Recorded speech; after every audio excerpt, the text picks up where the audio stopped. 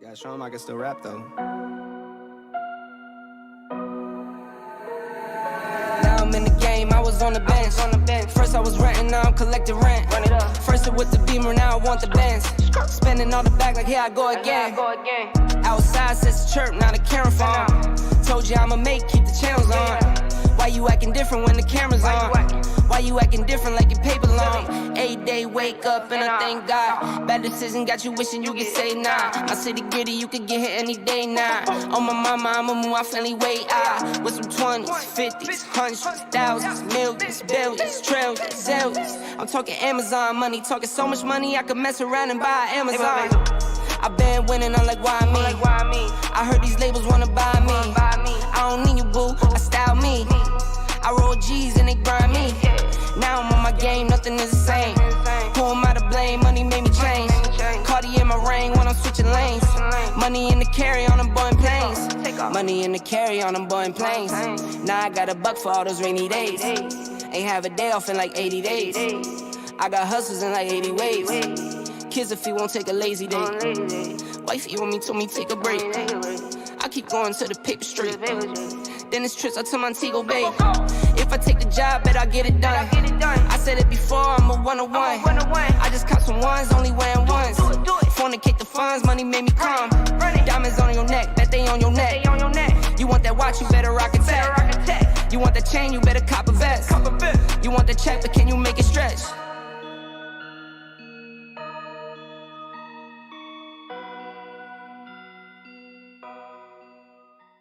Took so many years, I'm just waiting for the wins. I'm in debt to no one but the one who took my sins. I do it for real, there's no reason to pretend.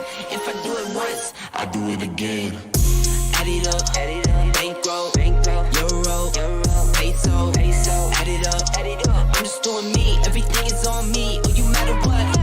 Add it up, bankroll, euro, peso, add it up. I'm just doing me, everything is on me, oh you matter what. Told her if it's all me, everything is on me, gon' back it up. Matter what? Told you I'ma do me, why you hating on me? It's not adding up. I do roll like a Mack truck, country heart, I might cop a farm and go act up. Lot of scars, I was cold-hearted, now I'm back up. Keep it real, I do this once a month, I don't rap much. I just take the money and go stack up. Only buying car till you get tatted up. All that other bull, it don't matter much. You only climb me, I put the ladders up. No fault. I done doubled up on the workload. I think I fell in love with the bankroll. Pray up, get money, then we lay low. Add it up, bankroll, euro, peso, add it up. I'm just doing me, everything is on me, oh you matter what. Add it up, bankroll, euro, peso, add it up. I'm just doing me, everything is on me, oh you matter what. Add it up. Told her if it's all me, everything is on me, gon' back it up.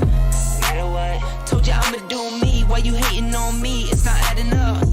Add it up. Told her if it's all me, everything is on me, gon' back it up.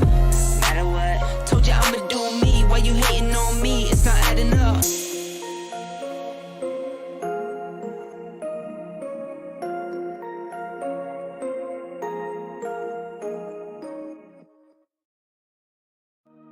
Gotta show him I can still rap though. Now I'm in the game, I was on the bench. First I was renting, now I'm collecting rent. First it with the Beamer, now I want the Benz. Spending all the back like here I go again. Outside says the chirp, now the camera phone. Told you I'ma make, keep the channels on. Why you acting different when the camera's on? Why you acting different like your paper long? 8 day wake up and I thank God. Bad decision got you wishing you could say nah. My city gritty, you could get hit any day now. On my mama, I'ma move my family way out. With some 20s, 50s, hundreds, thousands, millions, billions, trillions, zillions. I'm talking Amazon money, talking so much money I could mess around and buy Amazon. The voice of Master Chief, Spartan 117. And you're tuned in to Next Podcast. Now, wake me when you need me.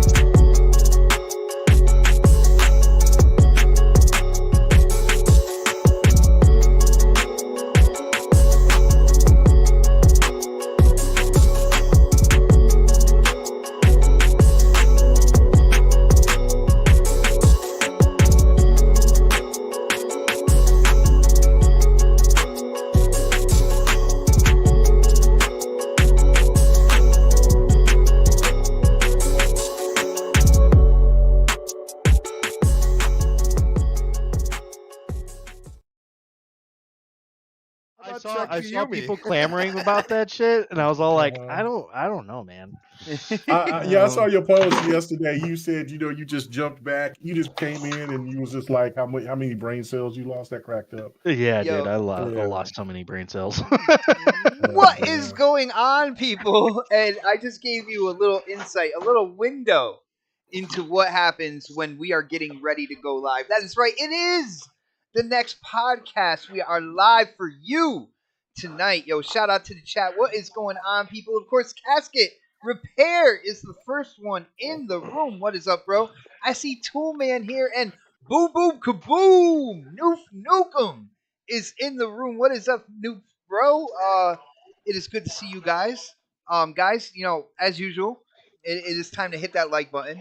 Not only that, it is time to share this show out. I feel that this is a show people are not going to want to miss. We are going to go into many things tonight. We are going to get into a possible new console from Xbox. We're going to get into microtransactions in Gran Turismo 7. And trust me, Polyphony Digital wants your money. They're not satisfied with you buying the game for $70. No, they want more. We're going to get into that. Of course, we're going to get into the whole the initiative situation, what I'm calling the mass exodus. People are leaving. Developers are leaving that. I'm going to ask the panel why. What is going on? So it is going to be a great show. And we have, I can't even call him a blast from the past. It's been like, what, maybe a month or so? It's been a month. But Yeah. we have the entire panel back tonight. So getting into the intros, I'm going to go to the West Coast. That is right. He is sitting in front of his computer, complete with his scuba gear. He is ready to go. It is the Angry Otter. Dark Optimus, what is up, bro? What's up, man? I'm ready for, some black on black crime, some white on black crime, and my favorite, white on white crime. That's absolutely my favorite right there. Me and Crispy might be going back and forth tonight. Who knows? You never know. I might be mellow. Who knows? We'll see. I think No, the man, reason I'm why happy you're to back. be here, dude. I think the reason why you're back is because you missed the white on I white missed- crime. you know what? That's the thing, man. You miss it. You're like, fuck, man. I really need it right now. I really need it sometimes. Because I see too much of all the other kind of crimes. It's not good. We need more of it. We need more white on white crime. That's what we need. And on that note, I'm going to go to the panel member who is probably smiling from ear to ear right now after hearing Dark Optimus. Of course, he is coming live from the 405, and he's just trying to talk to the intelligent gamer out there. It is K Mega. What is up, bro? K Mega? Mega. I'm on the phone with somebody. So with somebody just called me. I gave you the call. best intro I've ever given you. I heard a little bit of it, but And I'm you're here. on I'm the here. phone. But let me get back to this phone call. So all right, Dude, but that's the thank you. IRS telling you you're about to be audited, bro. That's exactly what it is. No, I'm good and clear. I'm good and clear. IRS is calling. But good to be here, man. Shortest intro of a podcast ever, but I will have plenty to say tonight. But anyway. Oh, okay. So Just call. K-Mega's not going to be his normal quiet self. I can't even say that with a straight face. Yo, guys, next on the list, we are going to the Lone Star State. This man, he is a next podcast exclusive when it comes to gaming, but you might know him as the superstar of OnlyFans. And yes, we have his number one supporter, his number one contributor with us, but it is Predator. What is up, bro? Not much, man. I want Dark Optimus to say thanks, Daddy, for letting him come back on the show today. Thank you, Daddy. Let me go. Say it with your soft voice. Thanks, Daddy. Thanks, Daddy. Oh, wow. Oh shit! Yeah, we got. I can tell by the intros, but the pregame show, like we got some stuff to talk about today. So let's get it in. Nice, brother. What is up, Stinking Corpse? Good to see you, bro. Oh, where's Daz? You say UK Daz? What happened? Yo, Daz is here. Oh my goodness, it's the moderator of the year, UK Dazarus. What is up, bro? But next on the list, we are coming back over here to the East Coast. this man is the creator, dare I say, the inventor of hashtag Crispy Truth, and I guarantee you, he's got some opinions. You're either gonna love him, you're gonna hate him, but either way, they will definitely entertain you. It is Crispy Bomb. What is up, bro? What's up? Dark's here. Hey, there's a ghost. Shit. Am I watching Hogwarts Legacy right now? I don't even know. Man, microtransactions. Yeah, a lot of people talk trash about Xbox and microtransactions. But man, the doozy that comes out from GT7, we're gonna get into that because it's gonna be fun. Yeah, just to let you know, right now we're not the whole sexual harassment topic when it comes to Sony and stuff like that. We're not touching it, although it seems that people inside Sony probably have. So we're not gonna deal with that. But let's start off with something light. Whose gameplay is this? Something fun. That would be K Mega's. Why? Do you have a critique? Using magic. He's using magic, and that's a big no-no in the Souls. How is that? But they have it in the game. How is that bad? that's just what people say in the fucking Souls community. For some reason, we are not going to beat this push any harder than it's already been beaten by every single person in this damn community. Can we not talk about Elden Ring, please? For the love of God, I'm good. He got that enemy stuck up there on the thing. Like, he's just tearing him up with that magic. Let me explain this. Oh, you died though. I don't have any. There is no. I'm new to this, so and listen. I said this right off the bat. Like, I'm not going to be playing any games. You know what I'm saying? I'm going to sit here and I'm going to do it the way that I want to do it. And besides, that's what I want it to be. I want it shit like in real life. I would keep my distance. Like, you know what I'm saying? Right. Shit that you see in this game. It's just funny when people are like, "Oh, you can't play like that. You're not supposed to." It's like people in the will fucking hate game, me dude. even worse now because I got that damn Kamehameha wave on top of. I got all my shit up to par and my sword level 9, ashes level 10. We going in. I'm putting in work. Oh yeah, but all from a distance though. All long distance. Like I'll go in there when I know I'm close to killing them. I mean, when they're close to death, and I might go and poke them. But I ain't shit, man. You see that did not sound right at all. He's limping on the ground. Hey, listen. Let me tell y'all something. Strategy-wise, like in the military, we bomb the fuck out of shit from a distance. Thank you. Our fucking people. Thank we fucking soften those targets up. Dead. Okay? The bush is rotted. The roots are dead. Okay, yeah. It's time to move on from that. No more Elden Ring. Man, that shit is throwing black death at me. Sorry. I brought out the rails. My bad. It wouldn't be the show if we're not like a train with the conductor like on crack, pretty much. Let the glint fly, baby. Let the glint You're fly. the conductor on crack. Okay. Okay. Just as long as we know. But only the good crack though. Oh, the good stuff. Okay, all right, dude. Top of the line, bro. Top of the line. Yo, shout out to Iceman hitting up that super chat. Thank you so much, bro. And for everybody else, the super chat does indeed work. Iceman is proving it. He says K Mega is playing it right. Let's go. Let's go. Shit, look at that shit. See, I'm putting that scarlet rot on his ass. Like, nah, bro. We keep a distance. Then his fat ass was rolling after me. I said, hell no. I had to get out of here. Yo, shout out to Sir X-Man hitting up the super chat. He says, here is microtransactions. Better ratings without dark. Dude. What'd you do to Sir X-Man? If you don't take your old ass back to fucking golf, I swear to God, man. Oh, my God.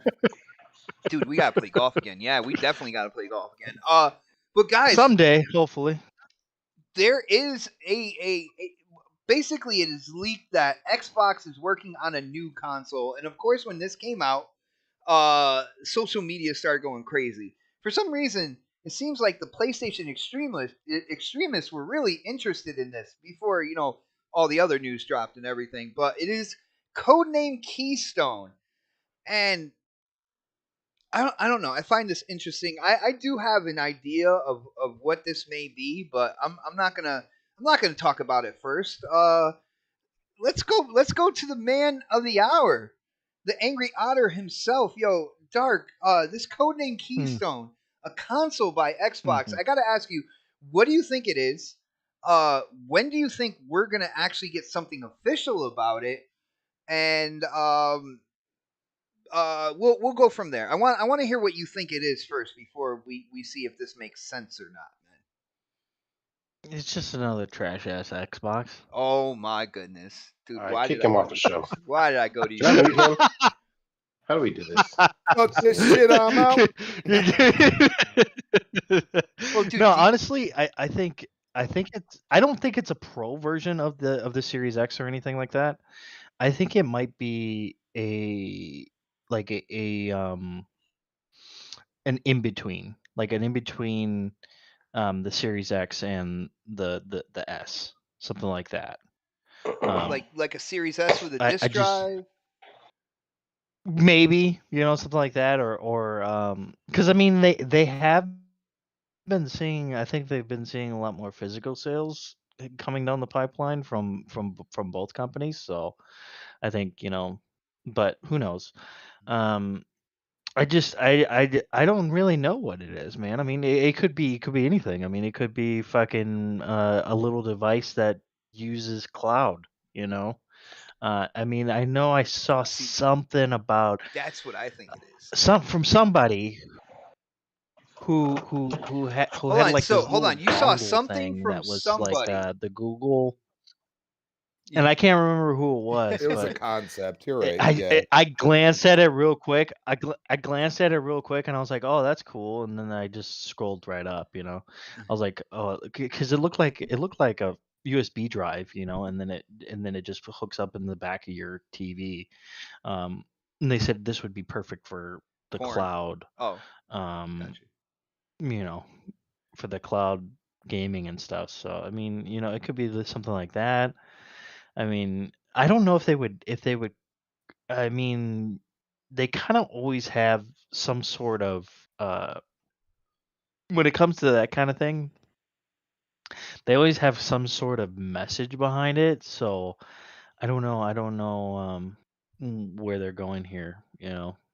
I got you. See, I Um think I definitely think it is a cloud based console, and I remember mhm. kind of like that concept. I'm not sure if that was an official concept or if that was something fan made. Iceman brings up a good point. It could be a Series X digital. See, my only thing Nah. about a true full fledged console that they're developing that at this point is the fact that Mhm. they can't even get out Series X's to the point where everybody who wants one can get Mhm. one. So why Yeah. would you make a full fledged like Series X something or other, 1.5 Digital. Right, or yeah. you know what I'm saying? Like why would you do Yeah. that when like you're not even meeting the demand yet for the Mhm. consoles that you have already launched. Now the Series S, and I think this really pisses off, you talking about console wars, extremists and stuff. The Series S really pisses off kind of like the Sony extremists because they do realize the Series S is out there and available so much that Xboxes are Mhm. selling. You know what I'm saying? Like they're in their Mhm. fictional war of numbers and how many consoles are out there and stuff like that. Xbox is pretty like is hanging around PlayStation right now, and a lot of that has to do with the Series S. I think we can all agree on that because Yeah. it's out there and it's available. I mean, I have one. I know so many people who have them. There's people at my job now. There's one guy who's a diehard PlayStation dude. I showed him a couple pictures, screenshots of Forza Uh, Horizon 5, and I told him about Game Pass. And he went that night and ordered a Series S, and he hasn't looked back since. He's just like, yo, this system is amazing. So there are people out there buying the Series S. So like when it comes down to it, I can't see a full fledged system yet because they're not meeting the demand of what's already there. Um, yeah. I see what you're saying there. I think it's definitely something that's underway and coming out soon. More than um Because I mean, when they announce this kind of stuff, that means it's probably coming out within the next year or so. So I mean, it might not even be like a full-fledged console. It might just be like that dongle I hate that word. thing It sounds for the dirty. cloud. I know it does, doesn't it? It does sound dirty. Yo, hey baby, you want to see my But it could be dongle? something like that. Some But dangle. I don't know. I don't know why they would just give that. I don't know why they would give that a code name. Instead, that's the thing. Like, why would you give something like that a Because code you're name? developing for it, technically. Yeah, that's true. Yo, Yeah. Microsoft, they are big about their code names. Everything that they do, like that That's true. that they're working on, has a fucking code name to it. Well, we've seen this before, and it was about the Series S. Remember? So All right, we teased. we've seen this before, and it actually came to be true. I mean, regardless of us kind of already saying like we believe the Series S was happening. Remember that? I mean, this is going back almost a couple of years now. You know what I mean? So, Dude, me and K Mega were like two of the very few people that throughout the whole thing, we were telling people that a cheaper version of the new Xbox was coming out. Even when Jez said that he didn't think that was going to happen, we're like, no, you know what? No, it's coming. And I gotta say, man, shout out to you, K Mega, for being right there with me. Thanks for some credit, bot. Like I've said it too. Like it's only logical. Like that's what I said it. We can go I back. swear, he's always trying to look for some sort of gratification or something, man. Yes, What are you doing, am. Crispy? No, he always Yes, brings up I K am. Mega. I know I said it. Well, hold on, real quick. You might have said it after we said it, after and after we went through the heat. Oh god. Then We went through the like fire. then Crispy kind of came said, in and said it, okay, right? these guys make Right? sense. Yeah. And Crispy then came when in later. he came in later. Maybe Hey, it's just I that had Twitter sex with mentality. Katie, too. Hold on, I think What'd you Mega's say, trying to say Fred? he tried to I had co-sign. sex with Katie too. Oh shit! What? Okay. What? Yeah. Oh, okay. It's a Dave Chappelle reference. Dave Chappelle. Yo, real quick, shout out to Sir X-Man hitting up that super chat, bro. Thank you so much for the support. He says Dark is secretly playing Xbox offline. He is faking. He's faking. Oh man. I'm pretty sure he's been playing that Series S, man. If not, all those Actually, you know what? Actually, I gave my Series S to my nephew. Oh. All right. Well, everybody, I don't have time for games right now, so everybody I was just ban like, him well, on I can Twitter. get one eventually. Everybody ban I him. mean, I can always get it. I can always get another one later on down the road. It's not a big deal. I'm not playing any games right now, so I'm just like, here, You know what it my was? nephew. Like he played Horizon Forbidden West and he played GT7, and those two games put together has him turning down gaming altogether.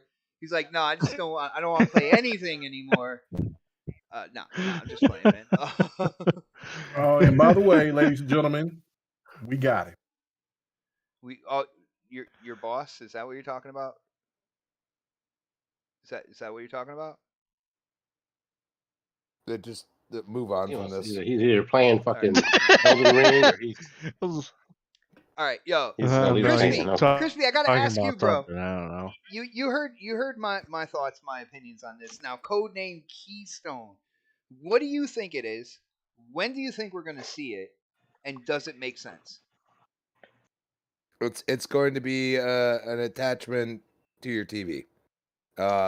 I'm not gonna say dongle because I don't think it's gonna be like you just that. said it. It's gonna be your Roku box, your Prime Stick.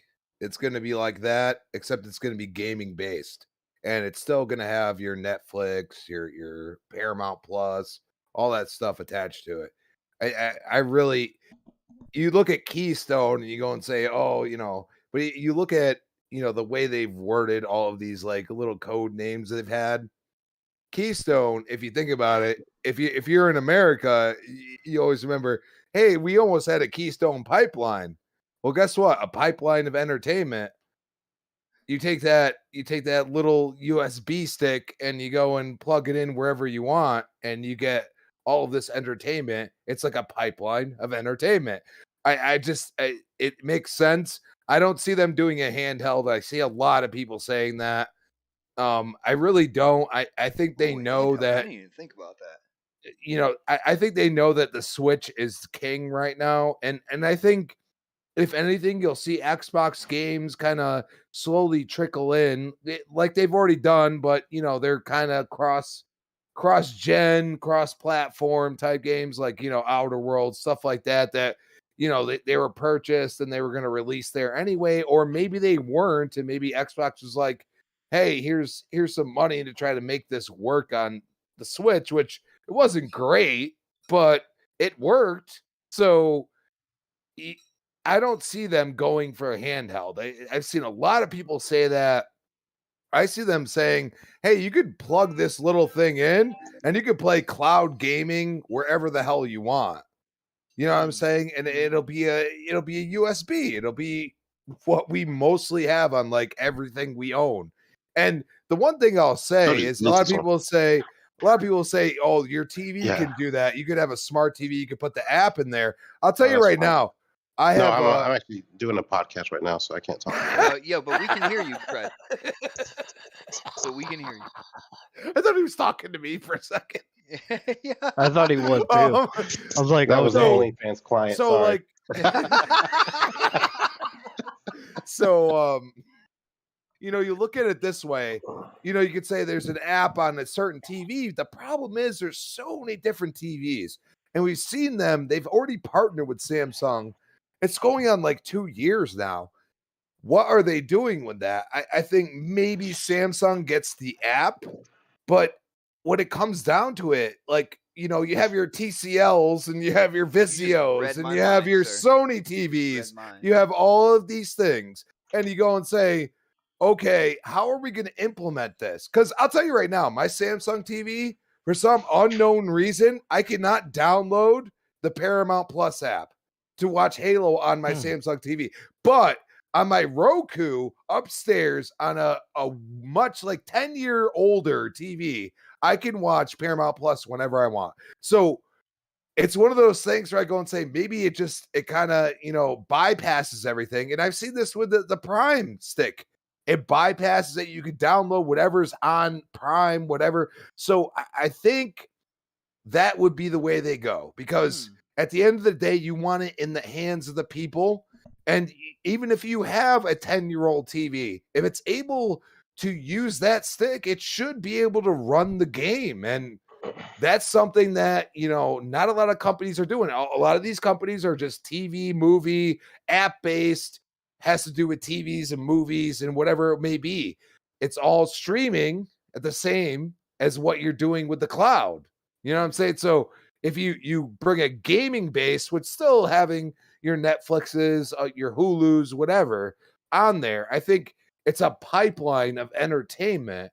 And you see that with, them bringing out IPs for TV shows. They want you to be able to download Paramount Plus and watch Halo series. You know what I'm saying? Yeah. So I feel like that's where they're going. And, the handheld route, I feel unless the Switch starts falling off or they don't, continue to kind of innovate in their own way, then maybe they would think about that. But as of now, I think it is a dongle. Okay, we'll say it. It's a dongle.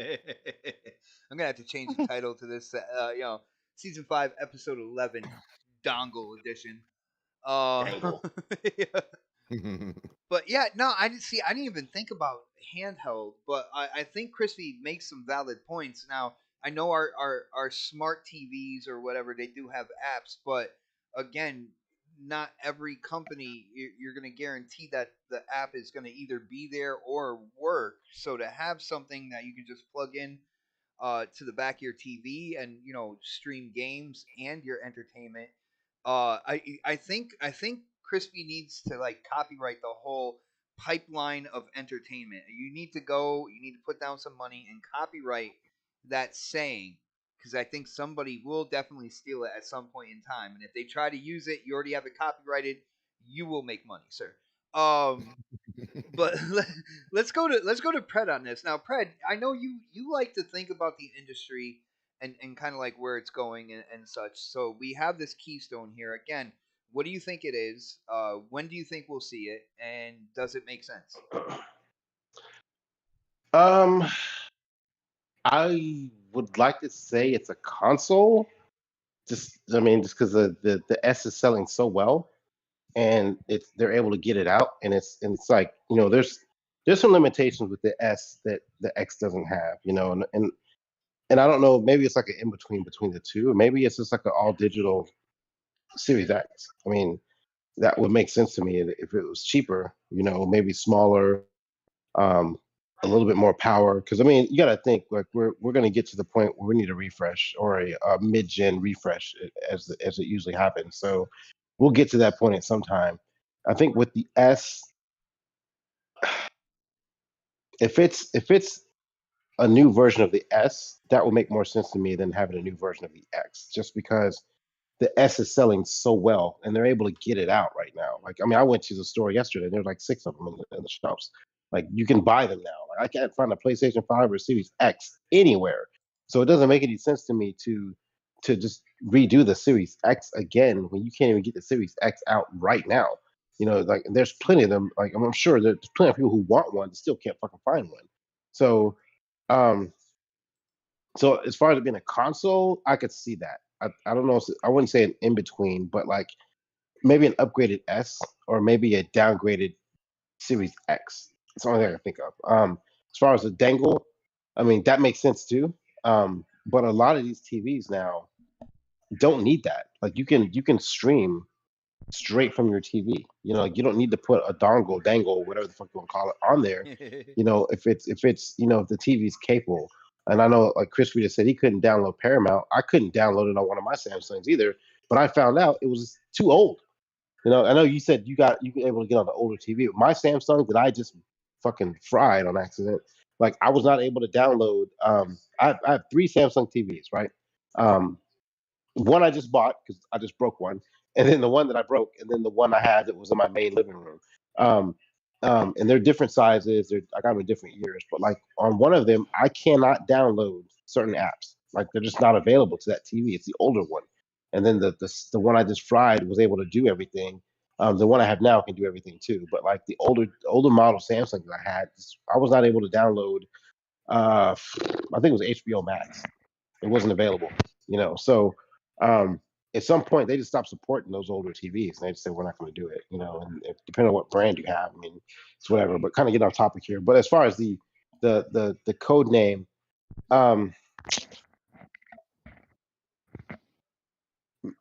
it could be VR. Oh wow. Everybody think about that. I mean, I haven't like, heard they're anybody say anything about that.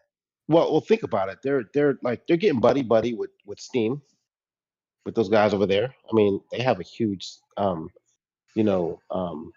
space. Um, they have a bunch of companies now under their belt that do VR games. So like, I can hear somebody talking in the background. Is it just me hearing that? No, okay. It's not me. It's very faint. It sounds like they're away, like it's like K Meg away from the mic It's or probably, something. I can it's hear probably it. came back. But like, I mean, you got to think they have all these companies they just acquired that are already making VR games for Sony or for Steam or for whatever. So that could be it too. I mean, like, they said that they were not interested in entering the VR space at that time. Well, maybe this is that time. They have people in their ears talking about, hey, we want to make this game. We want to make Starfield with VR capabilities, and they can't do it on Xbox because Xbox doesn't have fucking VR. Or maybe that was something that was in the plans before, and they had to scrap it. And they kind of talked to Phil about it. So I I I'm not into VR, to be honest with you. It's just not my thing. But I see that it's gaining traction, and then with Sony coming out with their new VR headset soon, it would make sense to have a competitor to that. I mean, the Oculus is doing. There's games out there that are probably good, like Half-Life Alyx. That I can't get into the choppy graphics and stuff like that. This doesn't turn me on. But with their success with the HoloLens, and even though that's like a higher scale, it's kind of something different. But I'm sure they've taken some of that technology and applied it to VR. Maybe that's what that is too. It could be that. I mean, That just throwing something out there outside the box. that is very interesting, and that's something I haven't heard anybody talk about. And it's funny when you talk about VR because I think like I think Gran Turismo 7, the actual gameplay wise, I think it looks so crappy because it's gonna be enabled with the new um the new VR set for PlayStation as well. And I didn't see anybody talk think about that either when it came to that game. But yeah, dude, I am so surprised by you guys because when it comes down to it, I've gotten way more options, way more kind of like deep thoughts, things I would never have thought about, and you guys are bringing it to the table. So shout out to you guys, and shout out to Sir X Man again for hitting up that super chat. He said, "Guys, it's gonna be Xbox Series S with a disc drive." And then shout out to Yobi. Yobi, bro, thank you so much for the support, man. He says, "You guys are making my day so much better. Thanks." He said, "Tough day. Currently at work. I pulled up the internet on my LG TV months back. If TV companies enable controller support, you can play Xbox through cloud." And that's another thing. If they enable controller support through their TVs, is because I guess not all of them do that. So when it comes to the dongle, it's just a universal way that you don't have to kind of like see what your TV can do and if it can and if it can't. You just get this cheap little thing and it'll do it. But damn, VR. We've talked handheld. We've talked kind of like an in between the Series S, Series X. We talked about Series S with a disc drive. We talked about a Series X without a disc drive. Guys, we are covering absolutely everything right now, and we got to go to K Mega. Yo, Mega, are you there, bro? Yeah, I'm here. Okay. Dude, are you still doing what you were doing before? Yeah, no, I'm done. I'm done. Okay, all right. So we got Codename Keystone, man. It leaked out. It's an Xbox console. I gotta ask you, bro. What do you think it is? When do you think we're gonna see it? And does it make sense? If it's a console, then it's a console that's going to be coming at the end of the generation, starting the next generation. I don't think it's a console. I think it's pretty much what everybody else has been kind of alluding to. VR. If you remember, we were all talking about like, the accessory, the $100 accessory that would hook up into your television and then you could play games. Well, Yes, sir. like what Pred said, it's absolutely right. It's not you don't need an accessory with new televisions anymore. And remember, I'm not PlayStation, but Xbox has, I do not know if they still have a business deal with Samsung. I know that they last year they changed, they got LG. So that's making me wonder if they still are partners with Samsung, that this is the new way, like with PlayStation PlayStation had it long time ago, like in the middle of last gen. And when they was first introducing PlayStation Now. And this is, I think, Xbox's version of that, except it's going to be via cloud or through your internet connection on your television, where you don't have to worry about buying a console. I think that's what this is. It's the VR thing is really slick, because I've been saying that Xbox is still going to bring VR to the table, regardless of how I feel about it or not. I just think it's one of those two things. It's not another physical item like that to console like it. What would be well, I mean, it would be cool to have a disc S, but the way that thing is selling right now, I mean, you would probably have to charge it what, 25, 50 extra dollars I would say for 50. that. I would say at least 50 extra Yeah, bucks. so no, you're at a sweet spot And then right you got that. now. Then it's a price point in between the 100s, which is never necessarily a good thing. Right. You know? It's never a good thing. So that just doesn't make any sense.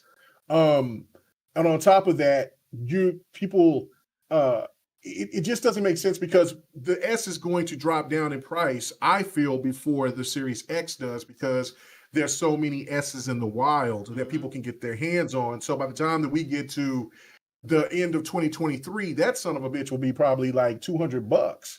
So then at that point, I mean, you want to keep selling that. You want to keep using that model that Sony used last gen with the Slim, because that was their biggest selling item out of the PlayStation 4s, was the Slim.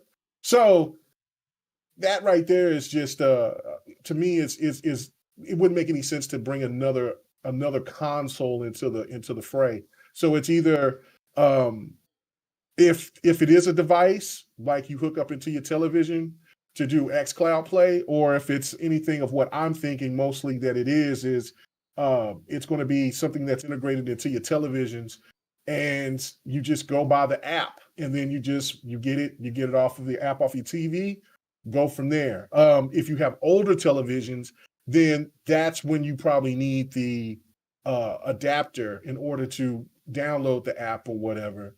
But for the most part, I do think that, like some kind of USB device or something. But other than that, you price that anywhere from $50 to $100. And if you got it on your television, then you don't even need to pay for it. That's just right there. And then you just add Game Pass to it. You can play games off your TV. But if you have an older television and you want to have that device to where you can do this and that, and maybe if you want to have it on the go, then maybe like a $50, $75 little device that you could take with you, plug it up into your laptop, plug it up into the TV at the hotel, whatever the case may be, then I can see that. But another console, no, unless it's the console that they're working on for the next year. Yeah, and Mega, when it comes down and to it, and VR and VR, because I still feel VR is going to come to Xbox. I'm actually kind of surprised. Like VR is really kind of gaining traction on this show in terms of what VR or AR. It's one or the other.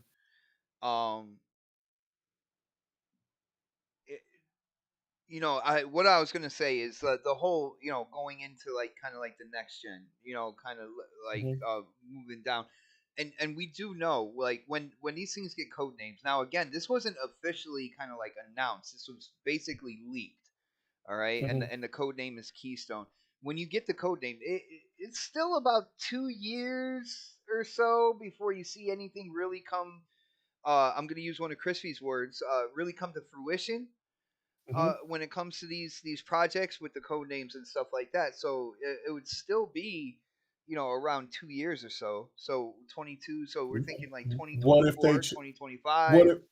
What if they changed the name to? What if it was the one thing that we were talking about 4 years ago, and then they just looked at it then they scrapped it because they seemed like, okay, we can change something up and then do this, and so it might come out sooner than what people expect.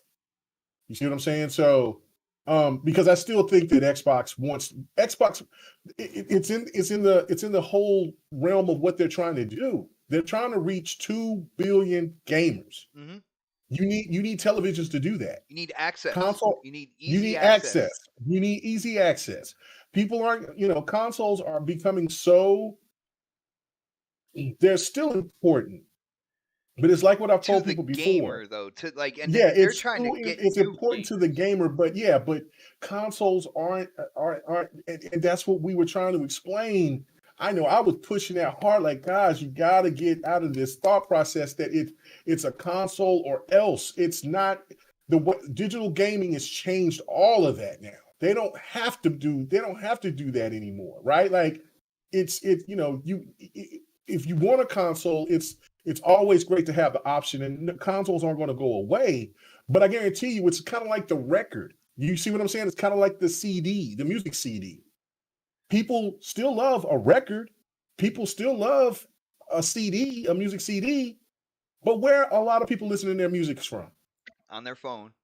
On their phones, or some device where you ain't physically putting a disc in or putting something into a into a record player or anything. You are listening through digital, through some digital technology. So that's the thing that gaming is going. It's cheaper. It's just more efficient. It's less clutteredness, all that type of stuff. So to me, it's just more of the thing where this is where it's going. We're going to see less consoles in the wild than we are going to see more. So this is something else.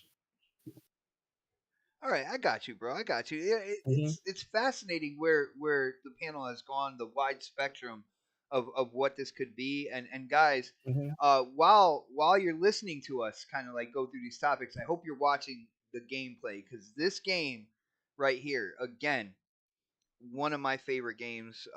This is Forza I'm seeing Motorsport Destiny 7. right now. How are you seeing Destiny?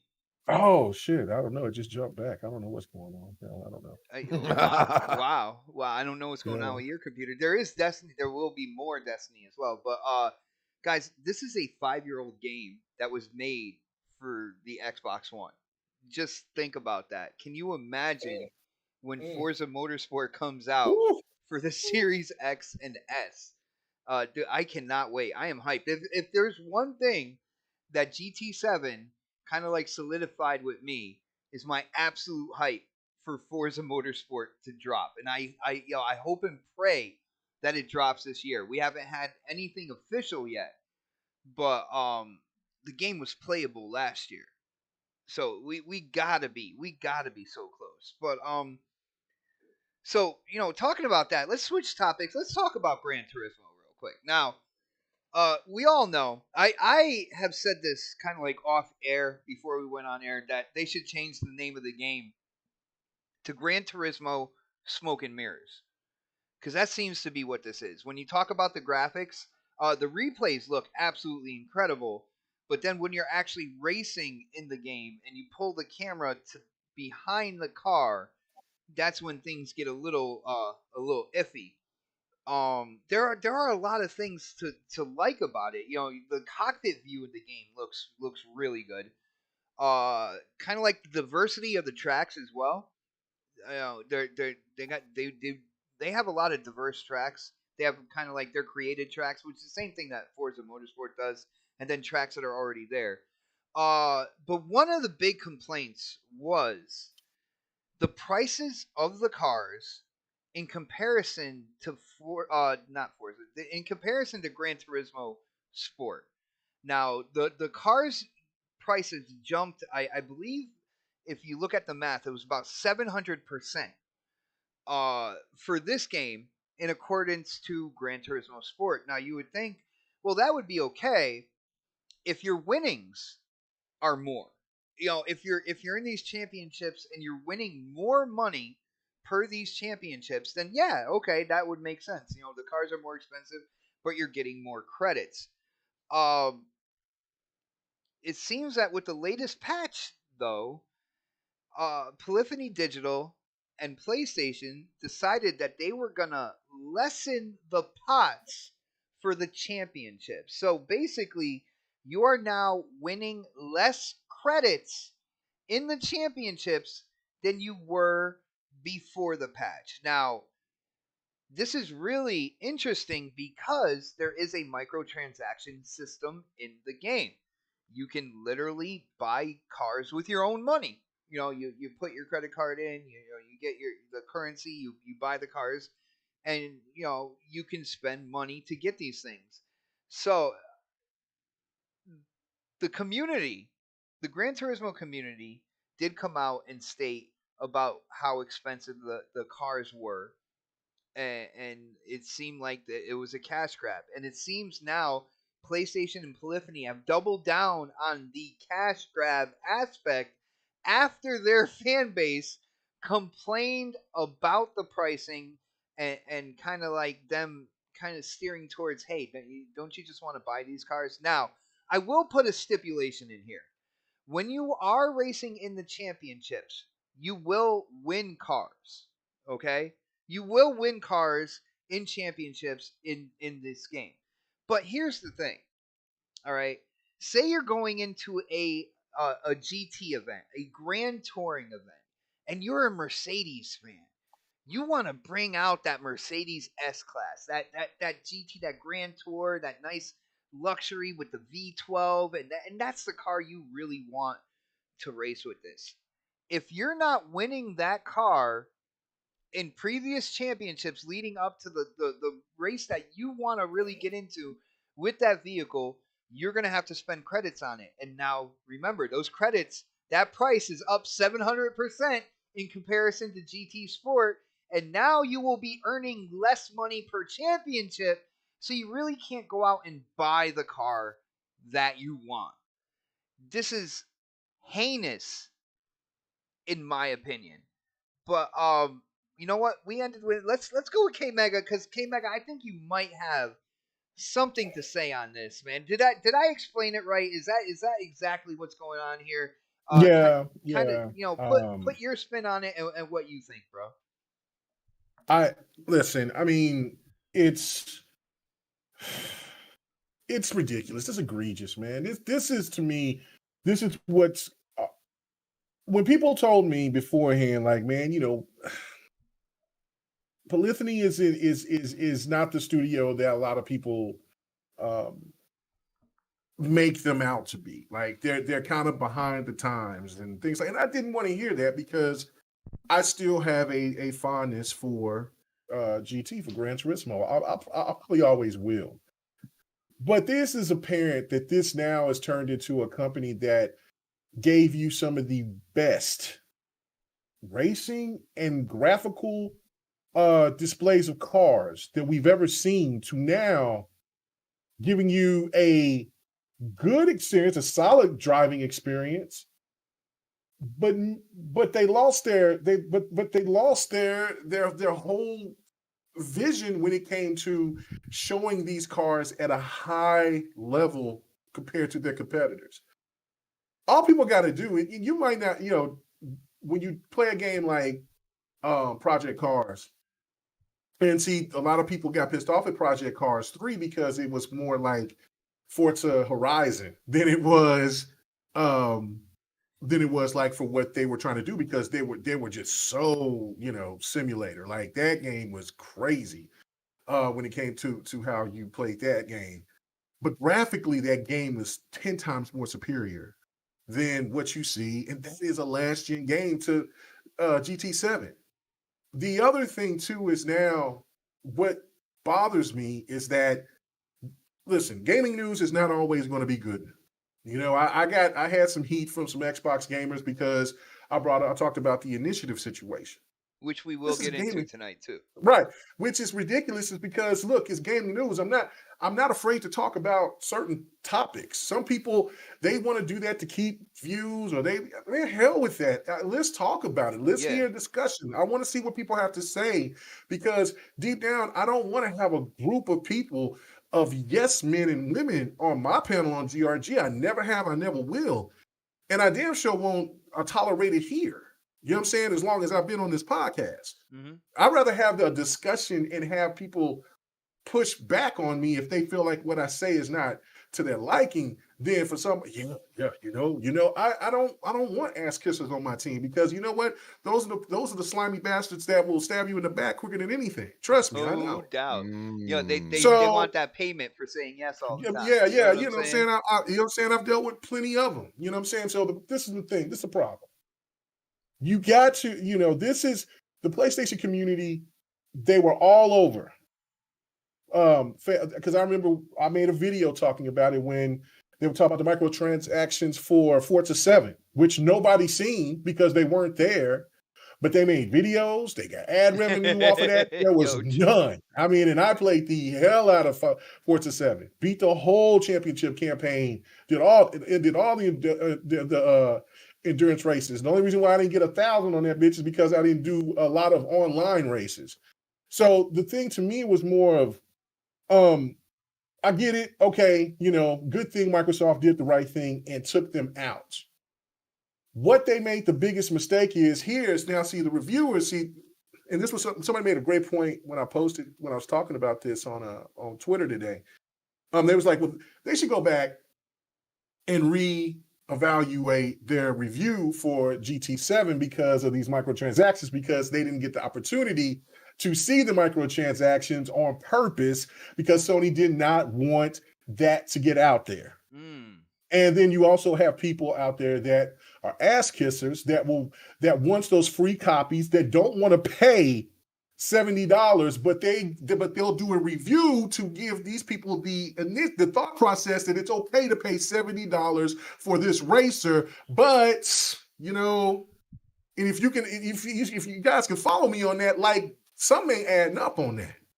So you got a free copy of that game. You talked well and good about this game. You gave this something ain't right. You know what I'm saying? You gave this game all of this praise, right? Like close to a 90, right? Like I think right now that is the second highest rating racer next to Forza Horizon 5. So that means this game has got to be immaculate up there, right? But since Sony knew that they was going to get docked for it, then these people that sit and then like what's crazy is that the people that did the reviews, there's only a handful. I mean not even a full hand that's coming out saying, look, I knew something was wrong about GT.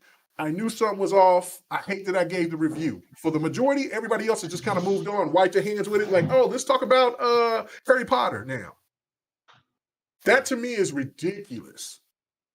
And the PlayStation community, when they have to listen, when they got people out here they're so quick to talk about the initiative, they're so quick to talk about everything else. They're hey, what about this situation with to see about Activision and insider trading with Microsoft? Could this? Okay, well, if you want to talk about that, that's all well and good. But why you're not talking about a game that is your best-selling title still to this day on PlayStation through PlayStation's history over here screwing over their fan base? It's bad enough that they asked for $70, but now they're asking for more money from you, and they're making it, and then they double down. They doubled down. When people found a way, the gamers are going to find a way. Like, damn, you know what I'm saying? Now, we hate this, but we're going to show the people, the gaming community out there, there's a way to earn as much money, game credits in this game without you spending a dime. And instead of adding stuff to the game that needs to be added, you know what I'm saying? They went ahead and put a patch in to block that. I don't even know how to I can't even fathom if this was an Xbox game or a Nintendo game. People, there would have been Nintendo apologists saying, yeah, well, Nintendo is Nintendo. They do what they want to. But this would have been slammed by everybody if this was an Xbox game. Oh, dude, this would not swing. But yo, K Mega. Yeah. I first off, let me shout out Sir X-Man, but I got something to share with you on this. Shout out to Sir X-Man hitting up that super chat, bro, again. Thank you so much. He says, my Alexa and golf. Perfect combination. Right, X-Spot? And all I gotta say is, I like big. No, I can't do that. You're not here. I can't do that. He just wishes it was Olga Bomb. That's what he wants. Yeah, he wants the walking steroid, is what he wants. But yo, Megan, you know what I'm seeing here? Dude, I really want you to respond whether I'm right or wrong on this. The gaming industry is evolving. It's changing. You see what Fortnite, it's one game for how many years, but they keep adding content, and of course there's microtransactions, and that's where they're making money. You look at a bunch of games. You look at like Destiny, all right, another really popular game. It has microtransactions. It makes money with that, and it comes out with expansions. What I see here is Sony, PlayStation, and Polyphony underneath those umbrellas. They're trying to be that same thing, but they are so kind of like, their mentality is so old school that I see them kind of like screwing it up. You see what I'm saying? Like they want to be there with the microtransactions and making the money the way that they've seen all these like newer games coming out and doing, but they're kind of like they're neglecting their fan base in a certain aspect. Like a lot of things, Can you imagine if Halo, when people were complaining about that store, can you imagine if they double down and like they charge 25% more per like item in the store instead of like cutting it back by 50% and kind of giving you different options where you can buy like things separately and stuff like that, or uh any game where you can buy Destiny you can earn Bright Dust and you can get things in the Eververse store with Bright Dust that you earn in the game. Now if people are Fred, what the hell are you doing? he's wrestling a midget. Yeah, he's in getting my ready. closet. He's getting ready for his You, show you, after. are you stuffing a body in the closet? Damn. Might be yours. Keep talking shit. Hey, shit. Hey, listen. There's something here waiting for you if you come on through. You know what I'm saying? I know you got You're not even gonna yours. see me but coming. You're not even gonna see me coming.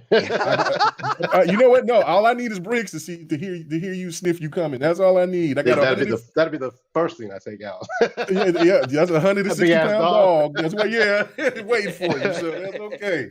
That's all I just right. put the That silencer on, like, oh, you want a piece of steak?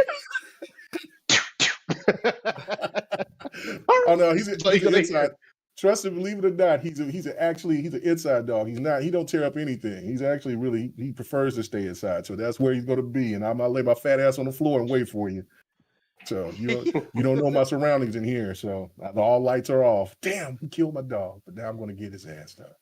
Oh wow. And watch. All right. Yeah. All right. Well, getting back to what I said. Does that seem like what's going on here? Because they're trying to get into how developers and how companies are making money in the gaming industry now, but they're missing that important aspect of hearing the consumer out and kind of adjusting to their wants and needs to kind of like move forward in this situation. Yeah, no, you're absolutely right. It's like they want to keep the traditional model, but they want to get the extra revenue. They want to get that money. Right. Like you said it perfectly with the situation with Halo. Like this is why I say Halo will get a pass, is because the multiplayer is free to play. If it was like Battlefield where people paid $110 for the Halo pack, you got the Halo pack, then all hell would break loose for what's going on with Halo. Even though, regardless of how good the game plays and how great the game is, you know what I'm saying? The fact of it is, it still needs more content, things like that, right? So when you look at this and try hard in here in the chat, he said it perfectly, and I'm glad that he's understanding that, because this is not slander to talk about. The game is not bad. It's just the fact that there are policies in there, and the direction of where they're trying to go is going to ruin polyphony. And it's going to set another, it's going to put, Sony is trying to set a standard, and it's not working right now. Like, people are accepting the $70 games because the biggest, some of the biggest publishers out there that has some of the more popular games like Madden and NBA 2K, and other games, they're going to hit you over the head with the $70. So some people out there are like, okay, all right, we'll tolerate that. But then you add $70 on top of microtransactions, then you're sliding down a slippery slope. And so that's, to me, is where, and I, I'm saying, not every game could be like Fortnite. Not every game could get away with stuff like Grand Theft Auto or Call of Duty. Those things are already solidified of fucking you over, and that's why you have certain fan base that's like, I will never touch Call of Duty again, or I'll just wait till the game goes on sale. Sony can't afford for that to happen. They want to try to sell those games at within that 3-month range at a premium, and it's slimy, and I hate that for Gran Turismo. But if Polyphony signed on to it, so they're doing it, and then they did the patch to double down to get more revenue. It's unfortunate, man. It's sad as hell. It's insane, man. And the thing about it, I know I play on Xbox, but seeing that they were coming out with a Gran Turismo, and then hearing that the traditional kind of like license tests and stuff like that were back again. I don't have PS5, but I was excited. I was excited to hear it because I have there's on a PS4. history. GT is on PS4. Yeah, I don't have my PS4 again either, but but the thing about it is, I have a history with Gran Turismo. Gran Turismo is basically what got me into sim racing with 1 and 2. Like, and Yeah. it's good to see them come back because when it came down to it, GT Sport was not it. You know what I'm saying? Like, and to see them go back to their more traditional way of you know progression and stuff like that. Like, I was excited, and they definitely copied a lot from Forza in terms of certain things with what they call the cafe and such. But there's definitely a lot of things that they kind of like mimicked off Forza. They just gave it a different name and a different setting. But I was excited that a new real Gran Turismo was coming out, and then just turn after turn. Again, when it comes to the graphics, there's a reason why. That's what I feel. That's a reason why, like, the cockpit view looks so much better than the camera behind the car and stuff like that. And I feel like all of it is catering to their new VR when it comes out. This thing's going to be VR compatible. It's one of the things that they're going to announce when they show the VR headset, when they have it up on stage or they have their state of play about it, and they're going to use that. They're going to run it. You're going to see people playing it on the VR. That's what I think is going on in terms of the visuals. Again, I'm not saying it's bad. I just it's really weird. No, the visuals are ass. Come on, man. It's No, really the it's really visuals. weird If when a you don't put it 5-year-old. into the replay mode, people got to stop lying. The game is it's what keeps the game from being what makes the game enjoyable is the racing physics into the game, and then just the old school, because they never deviate from what they do. They tried to make the online aspect on GT Sport, but for the most part, they still kept the element of what keeps GT good. This has gone back to the roots, of course, fully, but graphically, it has hit the mark on all levels. It's not pretty. It's an average looking game graphically.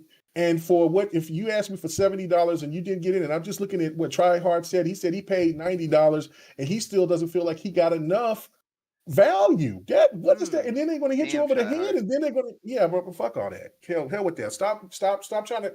I get you still trying to be nice about it, but on this, there's no need to be nice about it. It's the lesser. Well, you see what I'm saying about the whole VR thing, though, right? It's not that great. No. You see what I'm saying about the whole VR thing. Like, I feel no like excuse. No excuse. I'm not saying it's an excuse, but no excuse. Okay, all right. Yo, Crispy, GT7, man. Like, people start complaining about the microtransactions, and they double down. They're like, you know what? You're gonna win less money per championship, and you're gonna like it. Crispy, what do you think about this new patch and what Polyphony is doing with their game right now for the consumer? So I really hope, because I've played a few Gran Turismos. I definitely farmed races. Okay, like Gran Turismo 2, for example, absolutely farmed races to get the Escudo. Okay, absolutely did. I would freaking tune up one single car, and I would battle my way to win every time, and I would absolutely farm the hardest at times just to get those sweet credits. And that's where I go and say, we've been there. I think we called out Halo, and it's a free to play, didn't we?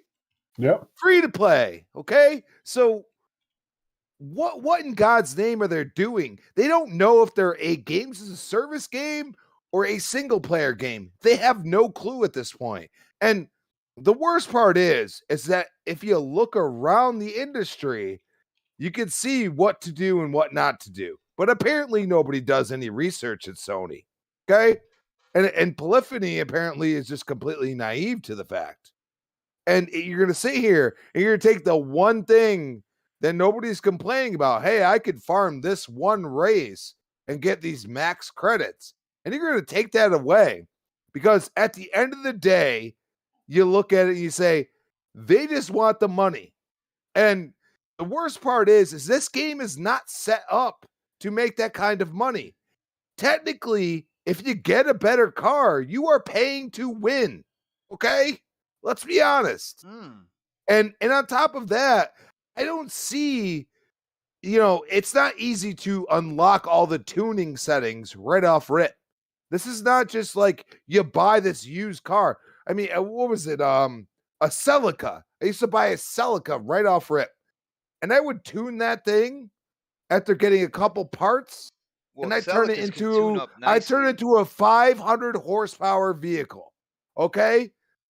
You know what I'm saying? And I would race that thing until the wheels fell off, as we like to call it. So that's the weird thing. And I feel for you, Tryhard, because at the end of the day, he's kind of sighing. He's like, dude, like, why are they doing this? Like, I love this game, and I can't believe they're doing this to me. And that's the worst part of it. He just said he had 50 hours in the game. Like, dude, I don't hear anybody saying that. So you love the game. And you got to call it out. And you know what? People are going to be like, oh, you're trash. You don't know what you're talking about. You know what? You don't listen to those people. You know what you like, and you call it out because it's unlogical how they're going about it. I don't know. They don't know what they're doing. And the worst part is you have all these people that have already come out, these even sites that have come out and said, hey, these microtransactions, they're not right. And then you double down and take away like the one part of like the hardcore that could go and farm this to get the car they want. And you just take that away. That's a money grab, bro. Think about it. That's all it is. It's sad. It really is. Because I feel bad for the people that paid $70 or even $90 like Tryhard did. And you basically get nothing. And I've been there. Trust me. Gears 5. How many times I talked trash about that Tour of Duty? And it was in Game Pass, people. Remember when K-Mega talked shit to me and was like, oh, you didn't even buy it. You just downloaded it on Game Pass. And I said, and I was still talking shit about that Tour of Duty because I wasn't earning anything. I wasn't doing anything with it. It felt like the game was just, I was playing the game and there was nothing given to me at all. And I was playing it more than most people. So I feel for you. And it's sad. It's sad that right now they are doing that and nobody's really speaking up again. Like, yeah, you have Video Game Chronicle come out with it. I don't see any other sites coming out with it. It's going to be hush hush now. And that's where you hardcore, like you try hard. You got to say something. And you know what? You're going to get hate for it. People are not going to like you. You know how many people, oh, I love Tour of Duty. Nah, I didn't like it. Sorry. And you know what? They changed it eventually. If you don't speak up, ain't nobody going to do nothing about it. So you got to speak up. You got to say, look, this is the way I played this game for years. All of a sudden, you're turning this to as games as a service. And you're not even looking at the people that are playing the game, promoting it, word of mouth. These are all things that are happening now, okay? We have social media. We could say, hey, this game is great. You know what I'm saying? And when the game's great, generally you're going to have more people say it's great just as like you. You know what I'm saying? But right now, I see hush, hush, and I see nobody talking about it. And I see people saying, oh, it's fine, or it's whatever, or why not change the Metacritic? Why not? What's the problem? I've seen it done before on Xbox games. Explain that to me. So, you could sit here and you could say, hey, you're just trashing Sony, whatever. Dude, one thing I'm looking at right now is if that's the model they're going for, I'm going to pay $70 plus or $90. And I'm going to sit there and I'm going to have to pay more to get the damn car I want. It makes no sense for me to buy a PlayStation 5. There's a PS4 sitting here. I ain't going to play it on there. I'm not going to like it. Okay, I've already played Forza Horizon 5. The game's amazing looking. I'm not going back. But at the same time, even if I had a PlayStation 5, I'd be like, what's this? What are you doing? And you know what? The worst part is all these reviewers did all these great reviews for this game. and then all of a sudden everybody bought in, and then basically Polyphony's like, here's the middle finger, bro. You can eat shit and die. I don't care. You know what I'm saying? And you could be paying $4 a gallon for freaking gas. And hey, we still want your money, bro. You want that car? Oh yeah, you gotta. Oh, you were farming this? Oh no, you can't do that. Farming is different from a glitch, and I just want to let people know. I had glitches in Division 1 that I used. That was technically cheating. This is not cheating. Farming something is not cheating. Dude, people okay? farm in Forza Horizon as well. They take the biggest races, they jump it up to like, 10, 20 laps or so, and the more laps that you race, the more money that you get. So you finish one of those 10, 20 lap races and you got like over 1 million credits to spend. You know what I'm saying? Dude, that's the point. Like that's where like it's going between gaming itself, because I'm used to farming. I farmed stuff in any like open world game that's a MMO or whatever it may be. You know what I mean? Like when you want that weapon or you want something like that, you farm it, and nobody's hating on you. But all of a sudden, Gran Turismo of all games is looking at you and saying, "No, you're not allowed to do that. No, we're gonna lower the credits." That is blasphemy, and I think it is the worst choice they've ever made. And I hope somebody's listening, because I don't think I'll tell you right now. I've seen Xbox executives in chats that I've either watched or been in. Okay, I don't see any Sony executives looking at the actual damn community that plays your freaking games, like Tryhard, that is a hardcore GT player that just really wants to just play the game, and he's getting his ass kicked by, I have to spend more money. Say what? Or all of a sudden I found this one race I'm really good at, and I have this right car, and I want to get this better car, and I race that. You know what? I've been there. I've done that. And I didn't have the problems that you're getting right now, which is just crazy. All right, check this out. And Crispy, great points. I gotta shout out my brother here, Mr. Fahim. Yo, Fahim, I got a couple things to say to you, bro. Fahim. You know what I'm saying? I mean, that Grand Theft Auto's out. Our girl D, you know what I'm saying? She expecting that hookup. I mean, I'm just seeing if you still willing to do that. I mean, just keeping you on notice, brother. That's all. Yo, Fahim, first off, I got a couple things to say. Now, first off, you say either play the game or don't play the game. Now, when it comes down to it, I'm pretty sure you don't have a problem when people start, trashing Halo for not coming out with content or something like that. What if I was like, hey, either play the game or don't play the game? What good is that going to do? What good is that going to do in terms of getting the developers to notice what's going on and possibly change it? To use that mentality is to give away our power as a consumer when it comes down to it. Stuff like this, which is absolutely egregious, should not be just, hey, you either play the game or you don't. It is what it is. Let's see, what else? Are we blowing this out of proportion, bro? Bro, again, I will use. It was already 400% over GT Sport, bro. Like, come on, I will dude. use this example again. When people 700. started complaining about Halo's shop, the Halo store inside of Halo Infinite, what we're talking about here would be like if 343 heard those complaints about the store and then jacked up the prices of what they were offering in that store. Now, would you tell me, hey, either just play the game or don't play it? Or would you be like, yo, that is really messed up right there. Somebody needs to say something. Somebody needs to do something. They need to change that.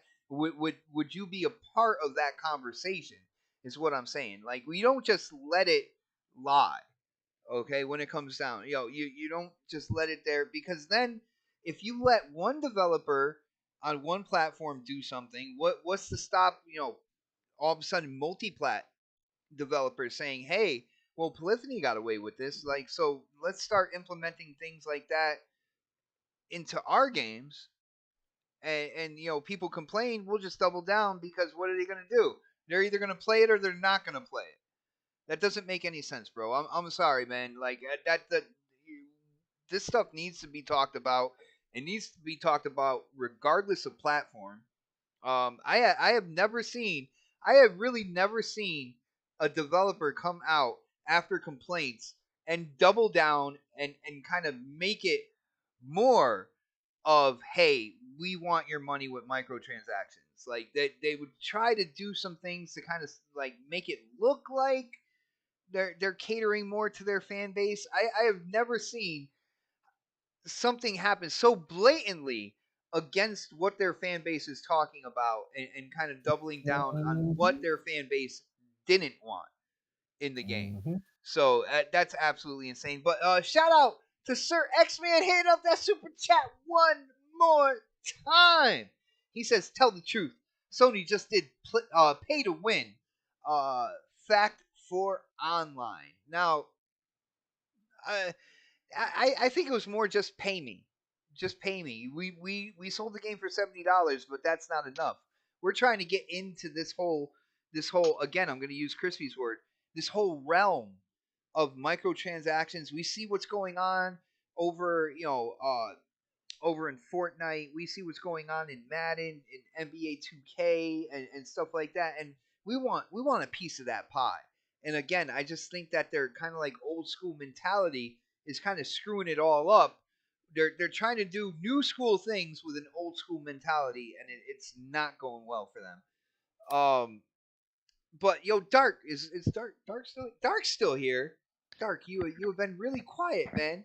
Dude, you heard I'm everybody. falling asleep, man. Talking about this fucking racing ass shit. Well, Fuck, yeah. man. Well, we're gonna get your opinions on this. Again, you heard what's going on, and I know it's racing, but just think about it as a game that has microtransactions, and you see the consumer base kind of complaining about something, and then the developer decides they're gonna put a patch out to make it harder for you to earn what you want. And to kind of steer you more into the microtransaction. Dude, what do you think about this news, bro? I think it's crazy, man. I don't understand why. I mean, I haven't played the game or anything like that. I mean, I wouldn't play the Pretty game sure you anyways, wouldn't. but You're a Forza guy. Let's be real. Go well, Horizon, yeah. ahead. But yeah, I never buy microtransactions anyways. Like I always thought it was a waste of money. I think the only time I ever did it was for Call of Duty one time, just to see what I could get in the loot boxes, when they had loot boxes and stuff. And then I was like, yeah, I'm never doing that again.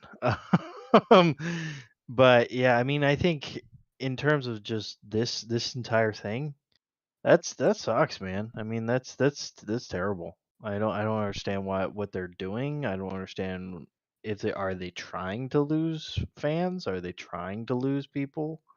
Are they trying to steer people away from this game? Like I don't get it. Like you want, I mean, every company wants their game to be successful, but it seems like Polyphony Digital just wants it to fail. That's what it seems like. Um, because I mean, from the things I've seen and heard, I mean, of course, I wouldn't know because I don't have the game, but from I hear mixed things. I hear, oh yeah, I love this game, and then I hear one day I fucking hate this game because it's got the microtransactions and stuff, and I'm just like, huh, that's weird. That one minute you're loving it, and then the next minute you're fucking hating it, and it's like it sounds like a Souls game. Sounds like the Souls game of racing, like you love it, but then you hate it at the same time. It's crazy, man. I don't get it. Yeah, I think to myself like I don't understand where they thought they got this some was balls, like. bro. They got some balls. Is what it is, man.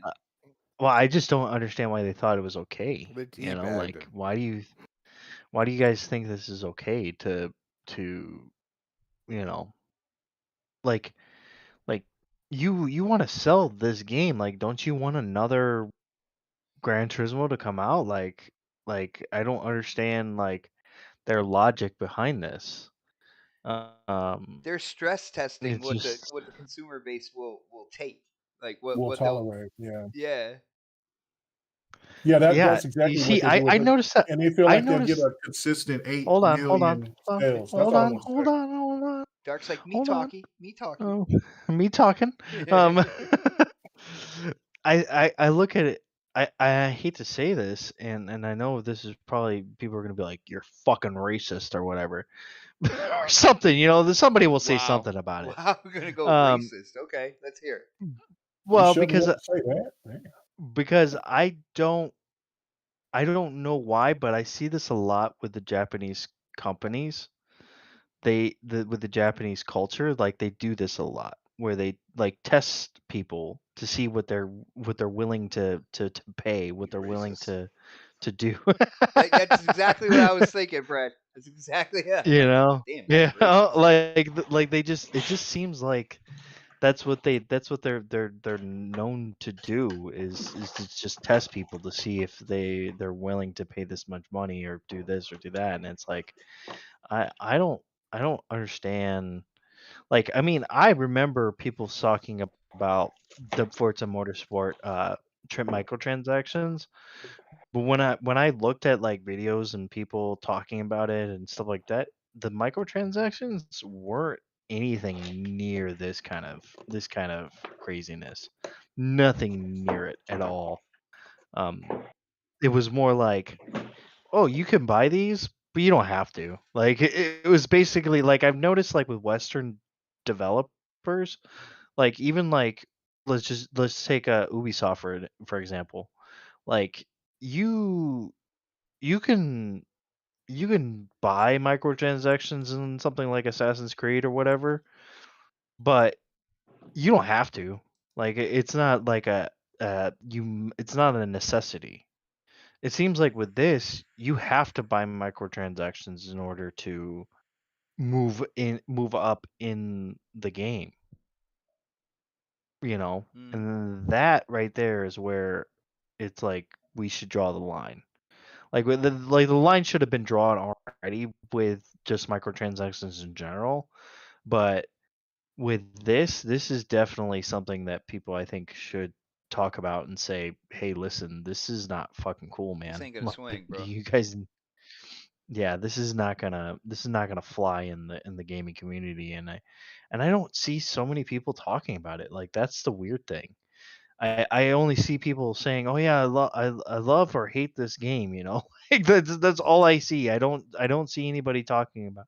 And I understand that because it's a Sony game, people aren't probably gonna say anything because they're afraid that people are gonna give them shit about it. But it's like, who gives a fuck at this point? You know, like as gamers, we need to speak up about this kind of shit Hmm. because if we don't, then they're just gonna run all over us Well, Dark, forever. Dark, yo, to be honest, Tryhard fan, he brought up something.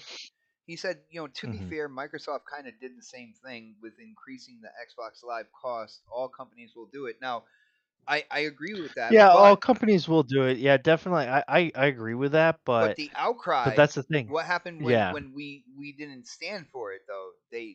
exactly. They They canceled it. backtracked. Yeah. They were like, "Oh fuck, never mind." Oh, never You know? mind. Oh, we're just joking, And guys. It's okay. right. But it seems like when we push back on a um a Japanese company, they're like, "Oh, we're gonna push even harder," you know, and it's like why? Like you should know by now, like gamers aren't gonna tolerate this.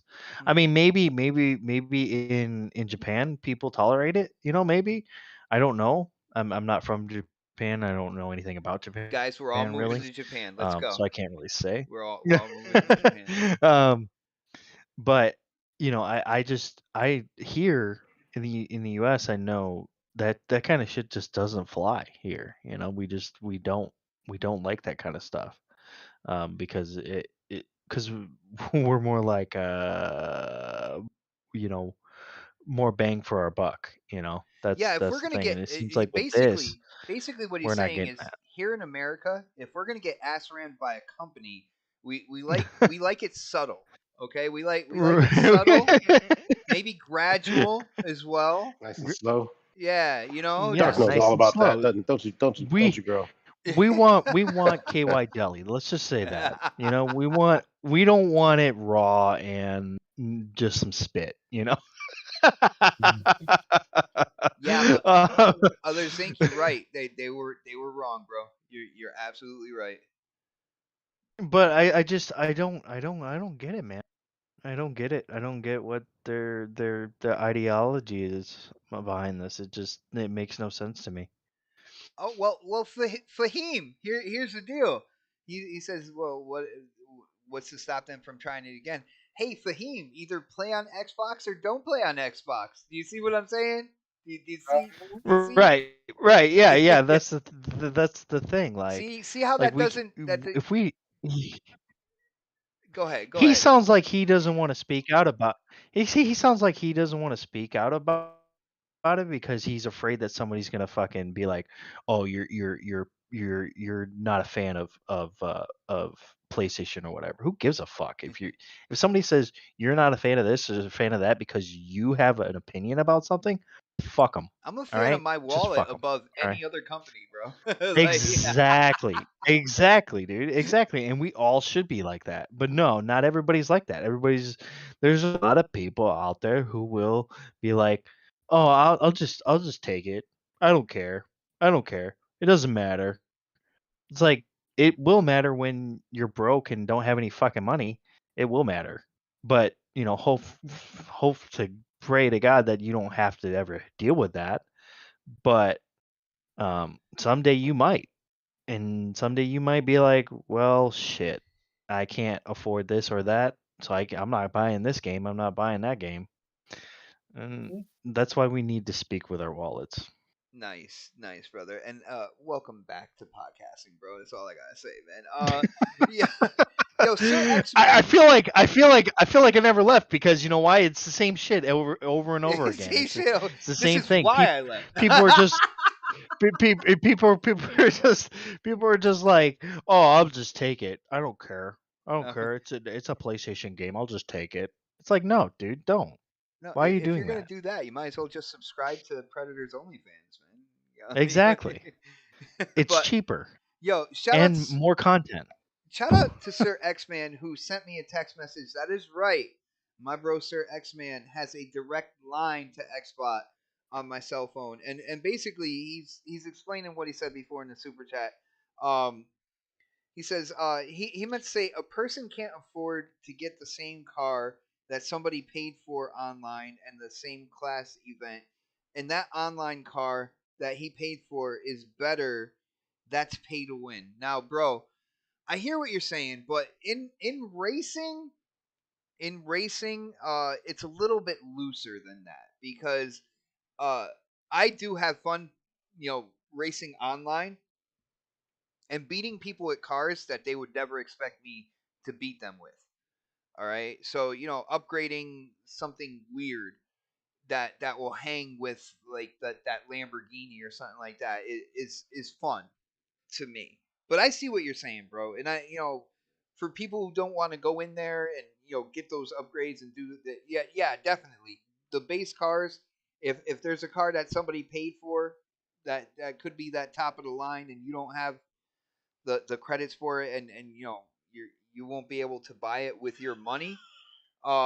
Yeah, definitely. I see what you're saying there, and I think I might have gotten another text message from him. Hold up. Nope, that was somebody different. Well, that's the thing, right, Bud? Is like you Yeah, shouldn't have yeah.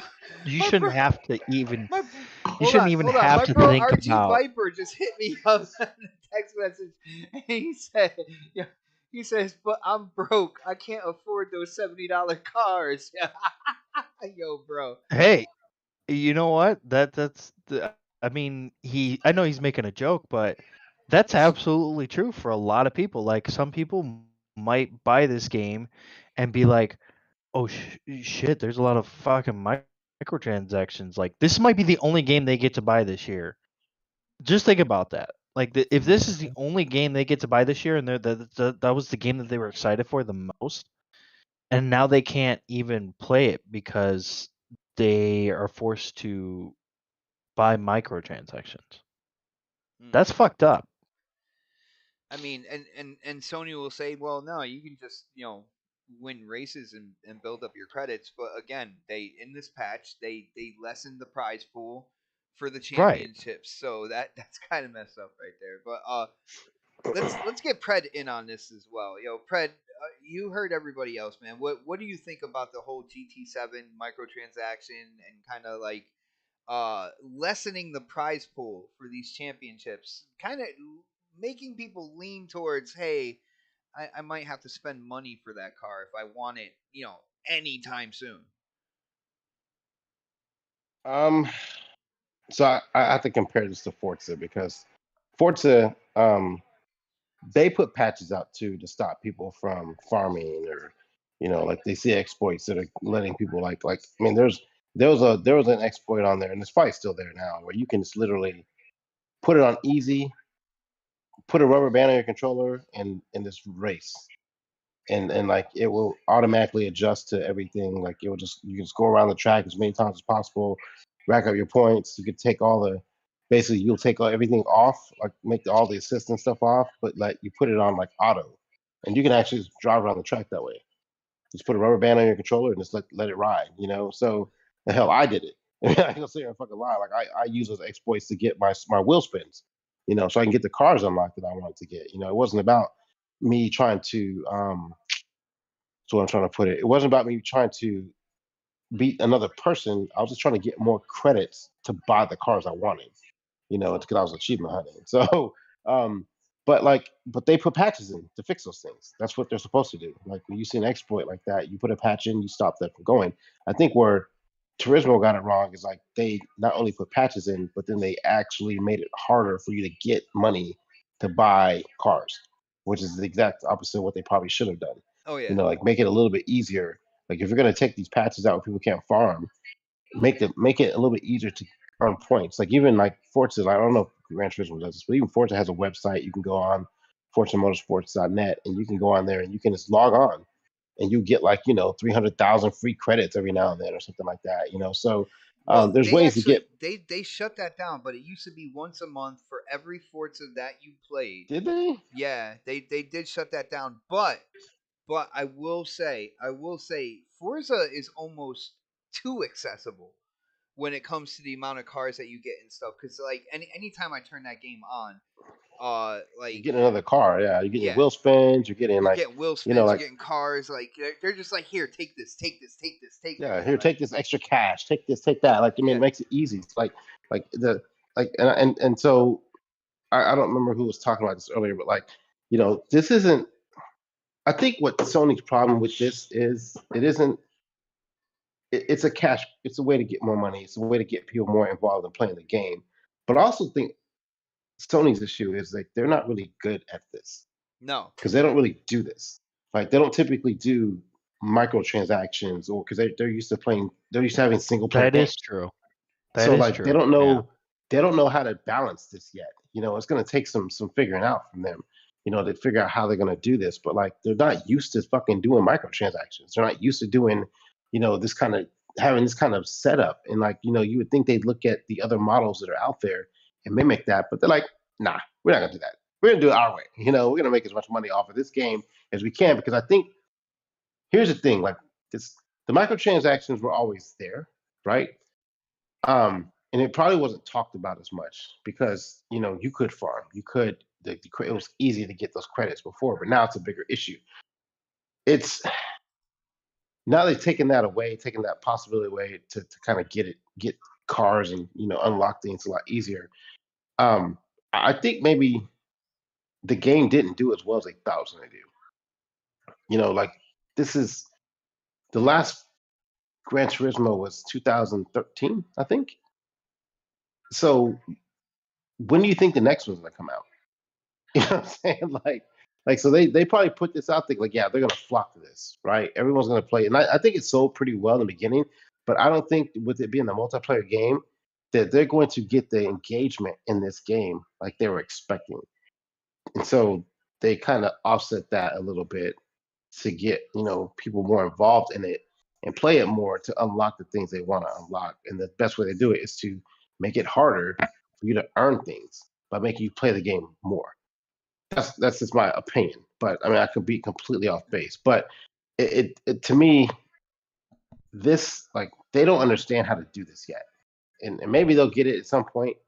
But like them doing microtransactions and online game, et cetera, like this is not their realm. This is Microsoft's realm. This is, Fortnite's realm. This is like that's what they do. That's how they make this Grand Theft Auto's realm for fucking 30 years.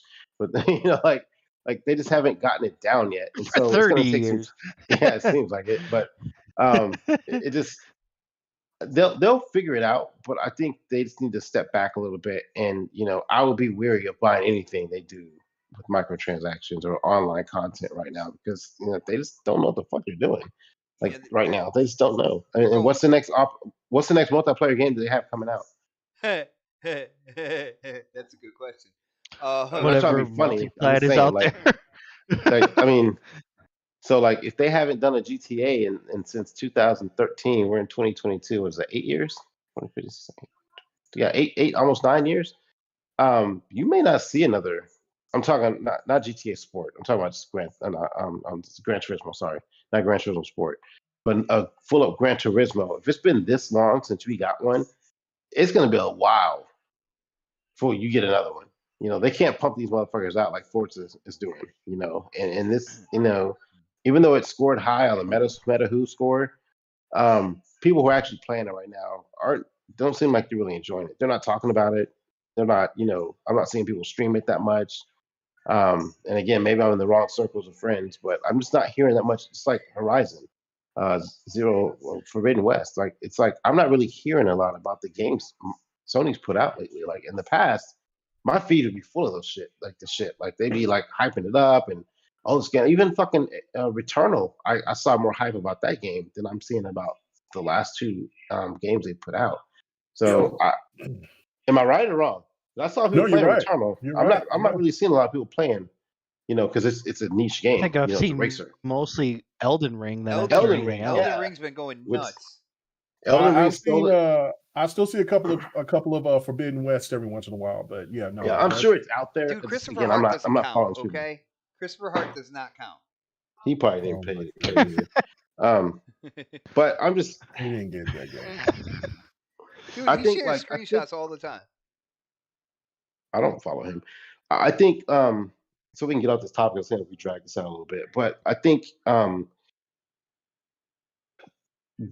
Sony kind of got screwed. I think their strategy was to put out games at the beginning of the year to kind of get away. I think we talked about this a couple of weeks ago, to get out the way of the big games that come out during the holidays. But I think it screwed them over because some of these other companies are coming out with games around the same time, and it's taking their limelight away. Because right now, if you got to think, if Elden Ring didn't come out, all we'd have is Forbidden West and Gran Turismo right now. And that's what will be filling up our Twitter feeds because that's the newest, hottest game out, and people are going to play it and show those screenshots. But Elden Ring stole that thunder. And there's another game that came out, I think, when Forbidden West came. Was it Elden Ring or something else? Elden Ring came out when Forbidden West did, right? Uh-huh. Yeah. What came out when Gran Turismo came out? Or is it the same time period? No, Turismo's came out like last week, didn't it? Pretty much the same time period, I think. Yeah, they came out like right after. Yeah, like a couple. And people were still playing Elden Ring. Yeah. So like, I know I was thinking of how Halo stole the limelight from fucking Battlefield. Oh yeah. And so like according to the Battlefield devs, hell yeah, that's what it was. Yeah, but that is the thing. Like you only got money, you only got so much money to spend, and oh shit, you got a Game Pass subscription, and Halo's there. Getting Halo, and it's free to play too, so that help there. But like, yeah, Halo's there. Why would I pay $70 for a broken Battlefield game when I can play Halo with Game Pass? And so like that's how they got screwed. And so I think Forbidden West got screwed over because of Elden Ring. It was a super popular game, and it's something that people were anticipating and really wanting. And so like they got to get their schedules down. They should have moved that shit the fuck out the way. You know, but I guess they're so cocky and confident. They're like, "Oh fuck it, we good. It's Horizon. Everybody wants this game. It's Gran Turismo. They've been waiting on the racer for months for years. They're gonna buy it, and no one's talking about it now." So, and they scored bad on Meta. Well, I say bad, but they didn't get the scores like everybody thought to be upper 90s and They shit. didn't get Now, that Sony extremist narrative, man. I thought Sony yeah, only made 90+ bangers. Yeah. bangers. But yo, I gotta say this real quick because man, he is back in the chat. Shout out to Elemental Pio hitting up that super chat. It has been a while. He says been a long It has been a time. while. 448. He says, so when do you think GT will copy a Horizon type of game? So open world, a Oh little more yeah, no, it's coming arcadey. real soon. That's the next title for sure. Next Oh, title for sure. so That was so Yeah, but already that isn't was their whole rumored last slogan year. real driving simulator? That's their Yes. whole slogan, right? Yes. Yeah, Even though but there's they're no gonna get a damage to the spinoff. cars. Yeah, no, they're gonna. There was talk about that last year, heavy in the PlayStation community, because Sony wants Well, that. I mean, that's a community. We don't know if it's No, actually Sony true wants or that. not. No, Do I mean, they? yeah, Yeah, they it's want those micro. yeah. They want those hot, spicy microtransactions. Yeah, they want those Yeah. microtransactions. And that's why, and that was, and I was saying that before we started the show. That's where I was going, was that this could be a prelude to something going forward with them trying to make a Horizon type of game themselves. So, shoot. Yeah, with the with microtransactions, and I'm not going to go as wild as Dark did, but it's definitely clear that they're testing gamers' will or want to, So there's a few things that breaks and gets over a little bit, slowly but surely. But I just don't see, for some reason, microtransactions in certain categories just doesn't work. Like I said, COD can get away with it. And other games can get away with it, but no, what I'm saying, you bring something that's been out as long as GT has, you ain't gonna get away with it. Same with Halo. Halo tried to do a little bit of something different with that store because it was a free to play to get more revenue, and the gamers wouldn't have it, so they had to change. So they got to change. Yo, Iceman keeps asking us if we forgot about GT Sport. Dude, I No think one forgot about GT No Sport. one remembers it. How about that? How about that? everybody forgot about GT Sport, bro.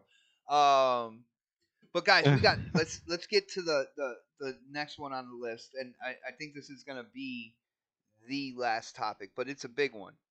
The initiative. It has come out that there has been what I would call a mass exodus. I believe about 34 developers, kind of like and counting, have left the initiative, and people are wondering like what's going on here. Now, from what I hear, it's basically there's a beef within the studio about creative autonomy, and the main thing here, and for people who don't know, this is a studio that's working on Perfect Dark. Now, the main thing when it comes to quote unquote creative autonomy is developers wanted an episodic Perfect Dark game. The developers that basically left, they were the ones who wanted episodes when it came to this game. And the project lead, he goes by his last name's Gallagher. I forget. I think it's like Dave Gallagher or something like that. He wanted a more traditional game. So that's what the beef is within the studio. There were developers that wanted that episodic release type game, and Gallagher, who is the project lead, basically wanted to develop a more traditional, beginning, middle, end uh, game when it came to Perfect Dark. Now, I will say when it comes down to it, and I know Halo Infinite, they're doing the story. They're gonna come out with more parts to the overlying arc of the story. I feel like that's a different situation than what we're dealing with here. Um, I'm actually more in Gallagher's kind of like camp when it comes to Perfect Dark. We haven't had a Perfect Dark since what, the beginning of the 360 era. To me, coming back with it, coming out with it, I think a more traditional game. Daryl Gallagher. Thank you, Viper. Viper is thank you for helping me out with that. But I think it would be in the best interest all the way around to come out with that more traditional game, and then you see what the hype is, you see what the you know what hype it creates, what the consumer thinks about that game, and then go from there. If you want to go into something episodic along the lines of what you just made, and then you do that. But people are definitely going in on social media and kind of like questioning what's going on here. Now, from what is being said, it seems that Crystal Dynamics is basically has kind of like taken over this project. I believe it's something that Gallagher, I think they're going with what Gallagher has wanted when it comes to this project, when it comes to this game. So I guess the repercussion or the negative impact of this is that most likely Perfect Dark has been pushed back. We don't know how long. We don't know if it's for a good chunk of time. I don't think it would be for a good chunk of time because this game was already playable. I think it was last year. I think what they would have to do is mold it into a more traditional game instead of something episodic if that was the way that they were developing it. But I want to hear from the panel. And you know what? I'm going to go with Predator first on this. Now, Pred, I'm pretty sure you've seen the news. Again, I know you are the type of person that likes to look into these things as well. Kind of like the workings behind the scenes and what's going on. So this mass exodus with the initiative, basically, Crystal Dynamics has taken over, pretty much making this game. Um, is this kind of like the bad news that people are saying in social media? Is it a little bit less than what they're saying? What are your thoughts on what's going on here in terms of Perfect Dark, bro? I'm kind of getting the Scalebound Crackdown vibes from this right now. Don't say that, man. You're Um, scare like half the community. I mean, think about it, because we had the same issues with those two games where like you got multiple developers working on it, people kind of left, or it kind of fell in development hell, and then they finally said, "Fuck it, let's just release something." With Crackdown and Scalebound, they said, "Fuck it, let's just cancel this shit." And it's like, with now, I don't think Perfect Dark is. I don't think it's not going to come out. And, like you said, they had a playable version of it already.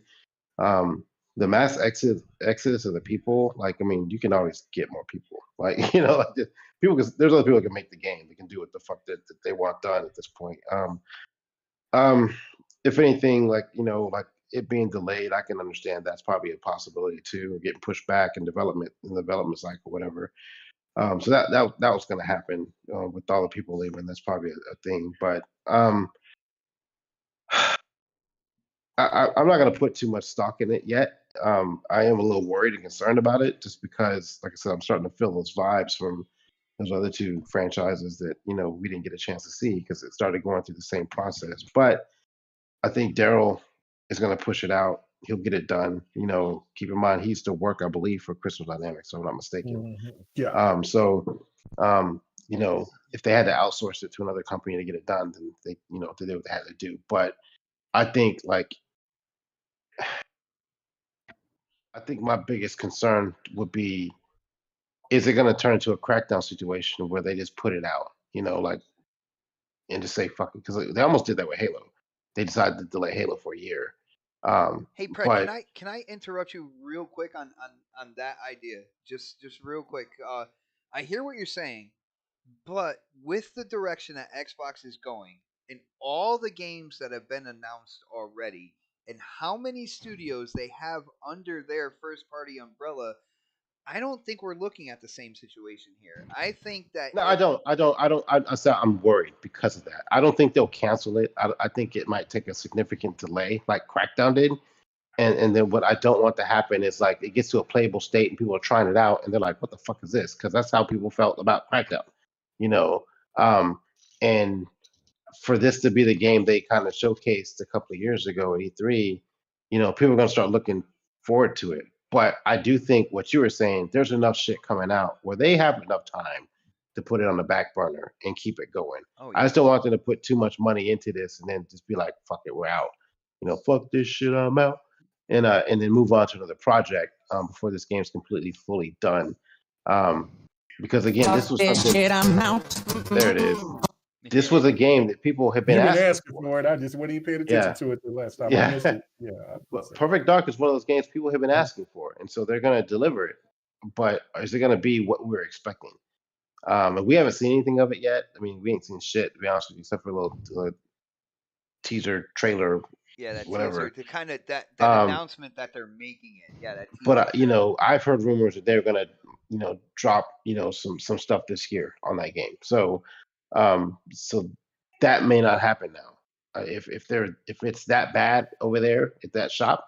And then on another side, I'm saying that too, like on the other aspect of it, like what does this do for people who wanted to work for Microsoft, who came over, or with them purchasing all these other companies and stuff like that? Like, how does that make those people feel about the projects they're working on? If they're not able to come to with their own internal studio, they're not able to come to grasp with those guys that they're already working there, the initiative that they created. They can't come to terms with those people, how they're creating a game. How is that synergy going to work with these new studios they picked up? Um, I don't think.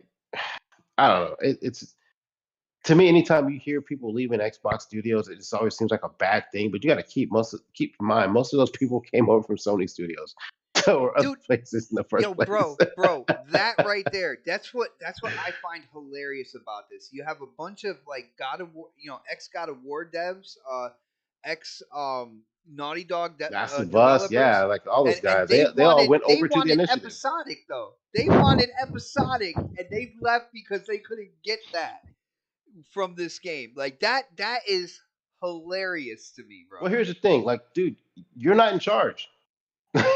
What you want, you can't have. The boss makes that decision. So if you want to stay employed, you do what the boss says to some degree. Like, I mean, it's good to voice your opinion about what you want, but like if the company had say this is what we want to do, and you knew that going in, you sign on for that. Like you can't don't change your mind. And I know some of these development cycles, they work as they go, or they might have a game plan in place, but things change, but like that to me it seems petty. We want to do it this way. But like, dude, you're just here to make the game. Like your input is insignificant to some of these people. They want you to sit down on this computer and fucking do your graphics art stuff and just fucking be done, right? Which is kind of a bad way to say it. But like there's people sitting at a table that make decisions. There's people that are not sitting at the table that are told to do the job. And so like these people leaving because they can't make a game the way they want to make it. That's why you're working for a company. That's why you don't have your own fucking business. Like you're working for a boss who makes decisions for you because they know the direction that people want to go. That at least Microsoft's looking at. So like for them to get upset and get petty because they can't make the game they want to make the way they want to make it with a franchise they don't own, a franchise they didn't create, for a company they just joined. Like where's it? That's entitlement, right? Damn, the way you just put that together is like, oh, yeah, oh, damn. Yeah. So sit down, sit at your computer, work on Unreal Engine 4 or 5, and then shut the fuck up and do what the fuck you're told. Like, how hard is that? Get paid, finish the game, put your best effort into it. But if they obviously couldn't do that, then maybe they need to go in the first place.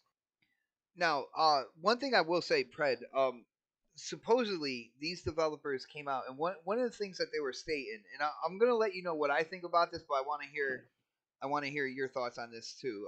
According to, I guess, some of the developers that left, they could not believe how kind of, I guess you could say, how relaxed Microsoft and Xbox Game Studios were when when approaching the initiative. Like they weren't really concerned about timetable or progression when it came to this game. When they got updates, they never really got upset or anything. Now, to me, this sounds like these developers that weren't there anymore, that weren't getting what they wanted, were kind of trying to be like, yeah, they don't even care. Like they didn't care because they thought, like, I feel like they feel like Gallagher is the good lead for this project, and for these developers to listen to the lead in kind of where they're going with this.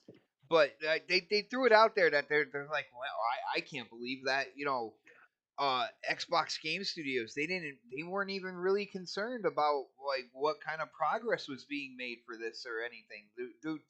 What do you think about those claims? I mean, they're probably hitting deadlines. Maybe they're hitting the deadlines they're supposed to hit. Maybe they want the game because this is the thing. Like before, people used to hound Microsoft for rushing games out, right? Mm-hmm. Pressing people. What's that phrase they use for when they overwork the fucking employees? Crunch. Yeah. And so now Microsoft is like, oh, just work at your own pace. Just get the job done.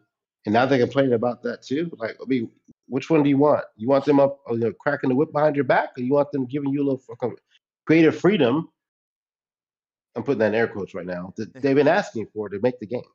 So it's like they're nitpicking. Like they're trying to find an excuse to have one. Like, and again, I'm not there in the office with them. I don't know to the extent of what those people are talking about. But like, if you're complaining, they're not stressing you out enough. That's what it sounds like. Like they care about the end product, of course they do, but they're letting you do it, or they letting. This is the thing too. You have all these companies on your belt now. You can't police all these people. You have to like, delegate that down to someone else. Phil Spencer is not watching thousands of employees every fucking day. That's whoever's the head of that studio, who has the supervisors in that office They have the job. So like, biggest ring of first party studios out there, bro. yeah, of course they care, but I mean, like, do you want them over there cracking the whip and fucking make you work in a fucking sweatshop? Like, I mean, pick your poison. So I mean, if they're complaining that like they're not getting the you know the pressure they're looking for, I mean, like, you can still work and bust your ass without someone watching you over your shoulder to make you do it. Like, You that's can that's a personal issue. But you could put pressure on yourself because you want the Exactly. game to Like, be you can do great. your job and do it to the best of your ability without someone telling you to making you do it in the first place. Just have some fucking pride in your work. Damn, you just made that sound so bad, Predator, and I love it, yo. Shout out to RG Viper, who has been a member of this channel for almost half a year, yo. Shout out to you, brother. Thank you for the support. He says the initiative is supposed to initiate a title, then hand it off to another studio, then they initiate other titles. That's quadruple A, bro. I'm not sure how serious you are about that. I've said that before, actually. That's what I thought the studio was going to do. And technically, that's what they just did. That's They handed off the Crystal Dynamics. Yeah, yo, and shout out to Others Inc. Yeah, Others Inc. I'm not saying that the initiative isn't heading the project. I'm saying when it comes to the grunt work, they are the developers there, with Gallagher still at the lead, still kind of like dictating what's going on. The initiative still kind of like dictating what's going on with the game, but you have Crystal Dynamics there doing the work to develop the idea. Is what I'm saying. So I think we're on the same page, Zink. But let's see here. Let's get Dark in on this. Dark, is this doom and gloom? Is this the end of the initiative? What are your thoughts on this exodus, bro? Dude, this is not only the end of the initiative. Oh no. This is the end of Xbox, dude. Oh, I God. knew it. I knew it. Everybody sell your Xboxes. Oh, that's Lock it literally in. that's literally what that was not only one of the tweets that I saw this week that made my brain cells diminish rapidly. But You there took was several shrooms for a things. second, didn't you? Yeah. I was like, Stop hanging out with Fertanga, man. Like, yeah, he'll get you addicted okay. to all kinds of drugs. Yeah. I mean, I was just like, that. It's just that's the thing. Like with this whole thing, it makes. I mean, it makes perfect sense. I mean, the people that were like, well, we want it this way. Well, the creative director and probably Phil Spencer was probably like, no, we're not going to do it that way. We're going to make it like this. And they were like, but, and they're like, no, we're going to do it like this. Well, we're taking Okay, we're, well, we're I'm taking our leaving. ball and going home. Yeah, we're leaving. No, I'm Well, mad. Fine. Then Big leave. man. Give us Go, back go that somewhere else. bonus that you got. They Yeah. see. Here's the thing. There's a lot of these companies. There's a lot of these people who come from these companies, and have this mentality of, oh, I worked on this game and this game and this game, and they're great games. So I'm the best there is around. You don't hear people like typically you don't hear people in the film industry saying, if they go from one film to the next film to the next film, uh, this is going to be my best film. You know, they're going to try to make it their best film, but sometimes they know that it doesn't work out. But it seems like in the game industry, there are a lot of people who think, oh, well, I'm going to go to this company, and we're going to do some really great things, but everybody's going to listen to me because I know what I'm doing because I worked on this game. And that's not how it works at all. That is Like, a that's great not how it point. works.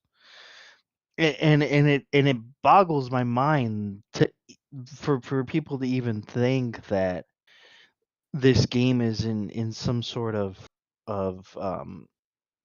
in some sort of jeopardy or at all. I don't think it's in any jeopardy. I think it's just, hey, things didn't work out with these with these certain people. Let's get some other people coming in and have them do the parts that these other people didn't want to do. And doesn't mean that this whole thing does not mean that the game's going to be a bad game. You know, is it possible? Yes, absolutely. But I mean, hopefully it's not a Crackdown 3, you know, situation or Hey, I like some of Crackdown these. 3's campaign. Its story was really good. Okay, Well, don't I bash it, man. understand. I get it. I get it, man. I get it. I'm not saying, The panel like, does not agree with Bot right there. I'm just saying. I'm No, I agree. saying I'm saying in I like Crackdown terms the 3 whole story of, was campaign, man. good. Yeah. Duh. I think this game could be more popular than some of the other games that have come out, in the past several years from Xbox. So, I mean, it's definitely it definitely has its moment. It's gonna have its moment of, if this game doesn't come out, or if this game comes out and it's fucking shit, people are gonna blast it, of course, and that's just how it happens. Even you know, and it's weird because I don't know. I don't understand how you could blast something if it hasn't even come out yet, or it hasn't even we haven't even seen anything on it, you know? You're just going by people leaving. Like, people leave studios all the time. I mean, people leave, Don say believe it that's or not. regular Tuesday. I mean, it's not I wouldn't say that massive amount of people leaving Yeah, that's is not a right. regular Tuesday. It's not a regular Tuesday, but I mean, you'd be surprised at how many people leave film sets. Like, tons of people just leave because they can't handle the work, or they can't handle the director, or they can't handle They can't handle certain dark. things. Dude, trust me, I've had people who have left because they can't handle me. Trust me, I'm telling you, it happens. And all that did was Because boost his because ego. They can't handle me. no, it's because I'm You anal can't handle the truth. about fucking safety. That's what it is.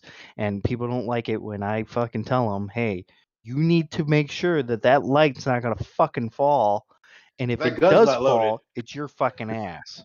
Damn, you should have been on So, there or the on the gun's set with not Alec fucking Baldwin loaded. with the gun, man. Yeah, I should have been on that fucking set, because you know why? I would have been screaming at everybody, been like, "Is that gun fucking loaded or not? No, it's not loaded. Are you sure? Fucking check it. Make sure that it's not loaded."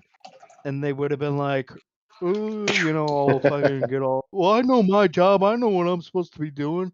No, you fucking check it right now and make sure that it's fucking not loaded. Damn, you talk to your employees that way? But You're yeah, such I an mean, asshole. oh yeah, all the time. He said all the time. It's just the way, but that's just the way that industry is. People talk like that. It's a different beast when it comes to that kind of thing. Hey, Dark. Um, Dark, real quick, because I Yeah. already heard, Predator said that, concerned or whatnot. I want to let you know why Mhm. I'm not concerned real quick. All right, I'm not concerned. Well, we know why you're not concerned because you're a fucking Xbox fanboy. Oh my goodness, no. Oh, he answered the question for you. Let me tell you something. I would be concerned. If there was a release date already Right. announced, and Right. like Yeah. it was supposed to be coming out soon. All right. Like if Starfield had that situation, If right? Starfield, Right. if this was going on with Starfield, I'd be concerned about that title. Right. Does that Exactly. make sense? Absolutely, dude. Yeah, that definitely makes sense. That's why people shouldn't be concerned until this game actually gets its release date, and we see gameplay and we start seeing things like previews of it and stuff like that. Like I just watched the Ghostwire Tokyo, and I know K Mega, you are fucking excited for that game, but that game looks boring as fucking shit, dude. I'm sorry. Dog but shit. Dog shit. It does. I ain't It feeling does. it. It does not. Oh my god, dude! It looks so boring. I'm so It. happy. I'm so It. I'm but that's the thing. happy. But that's the thing. K Mega likes that kind of. He likes that weird, different He used to type say that of weird game. shit. What He he- used what to say what, that what he's weird trying shit. to say is that K-Mega somehow likes trash, even though it's not. I didn't say that at all. You're putting words in my. What the fuck was that? I just in my opinion, I don't think it's going to be a good game. But I mean, to each their own. People have different preferences on games and stuff like that. It's fine. There's no big deal about that. It's just when it comes to this kind of thing, we don't know anything about it. All we saw was just one little teaser trailer. That's it. That's all we saw.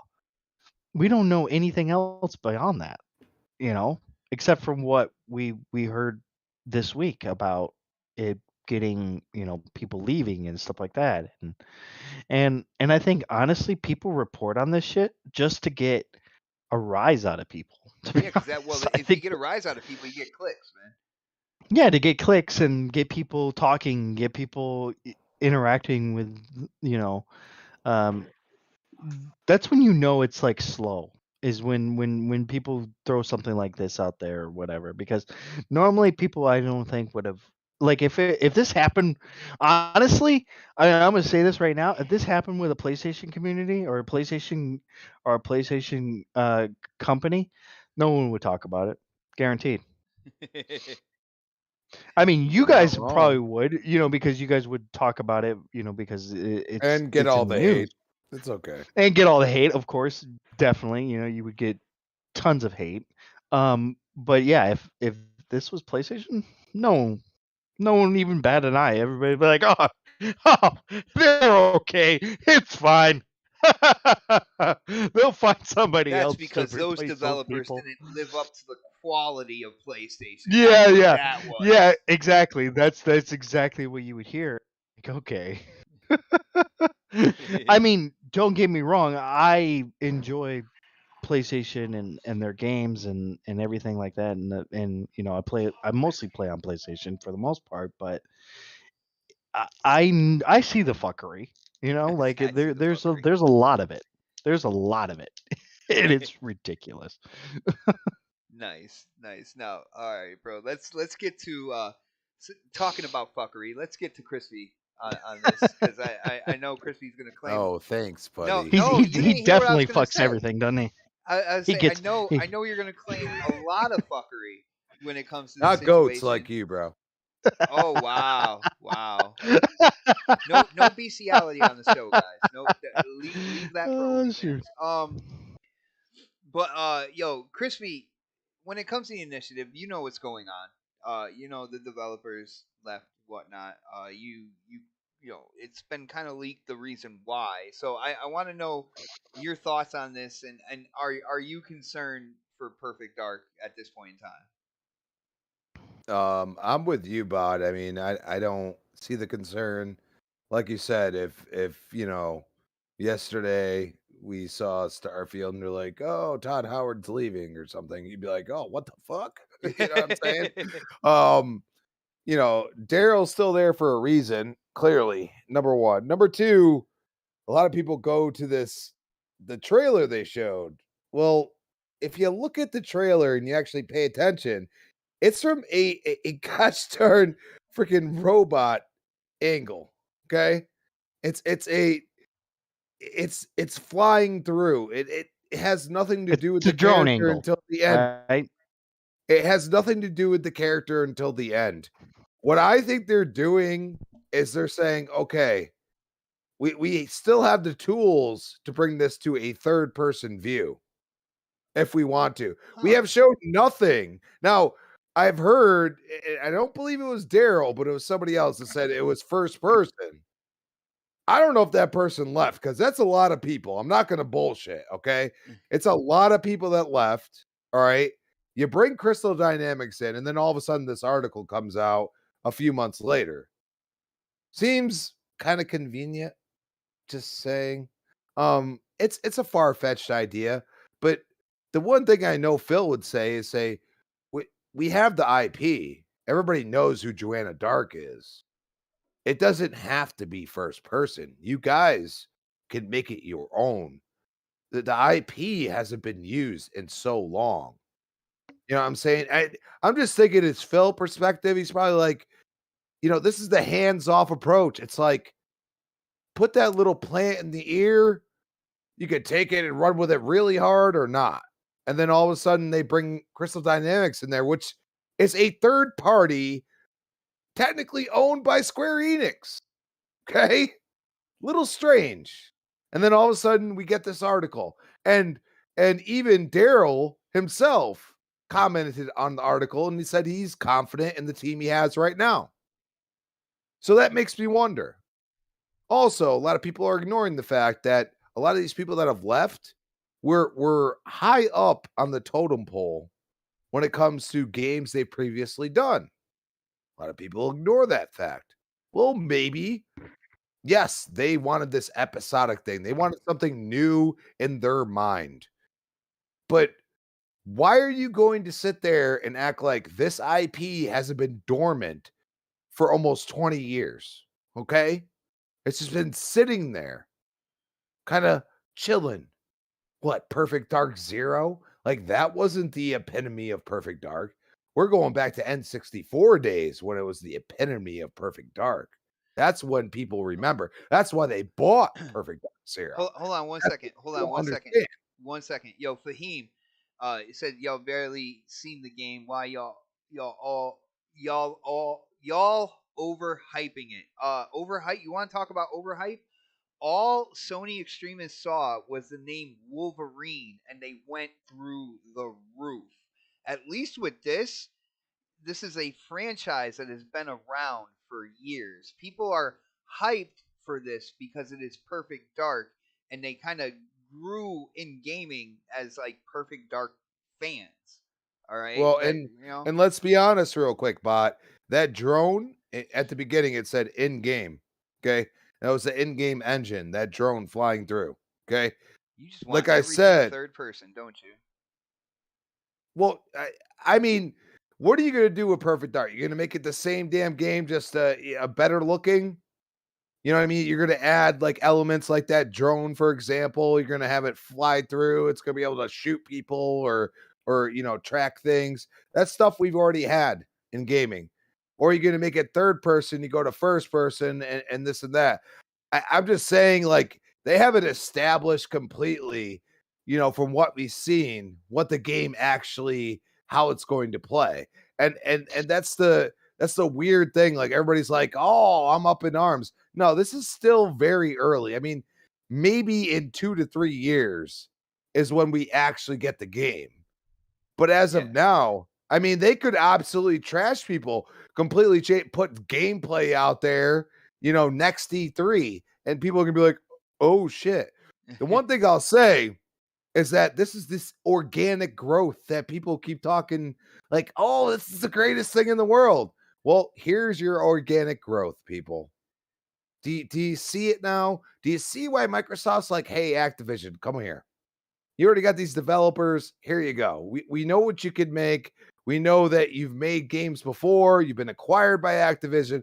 We see all these IPs that you've done before. Right now, all it's been about is Call of Duty. Let's make you into something else, and let you run wild and do whatever you want. And that's what they've done. And you can go and say, well, that's not true. Well, guess what? You see all the updates you get from Ninja Theory. You see all that stuff. You see how Obsidian's like, hey, here's Outer Worlds 2, but we have no clue what the hell we're doing with this game. In that trailer, by the way, that's what they told you. We have no clue what we're doing, but it's going to be great because they know it, because they're confident in themselves. Okay?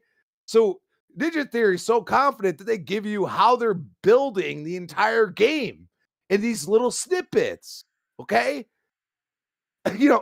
Initiative being a quadruple A, I think that's still bullshit. Okay, we just want a good game. I don't care what A it is. Okay, it could be freaking 1 million infinity A's. Okay, I don't care about that. I just want a good game. All right, and when it comes down to it, you can go first person or third person. I really don't care about that. But I think a lot of people are overlooking the fact that what they showed is not like anything special. It really is just from a drone, or even if it was a robot running through that place. Okay. And it's through a first person perspective through that drone. They could completely change the entire perspective of the game if they wanted to.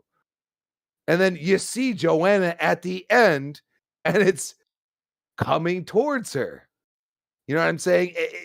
It's just one of those things. Maybe they're like, okay, you know what? We want to go this way. Maybe Daryl's like, I want to go the third person. Let's bring Crystal Dynamics in there. We know they can do it and they can help us. And then these devs are like, nah, I'm good with that. Nah, we had our own thought process. Well, it's, to them, we have the IP, but that doesn't mean it's still in concept the way they look at it. You could change. We've seen it. We played games that you could change between third and first person. That doesn't mean it's not possible. The game could be halfway built and you could still be able to change perspective. You just have to put a little extra work in, but it's not like rebuilding the game. You don't have to do that.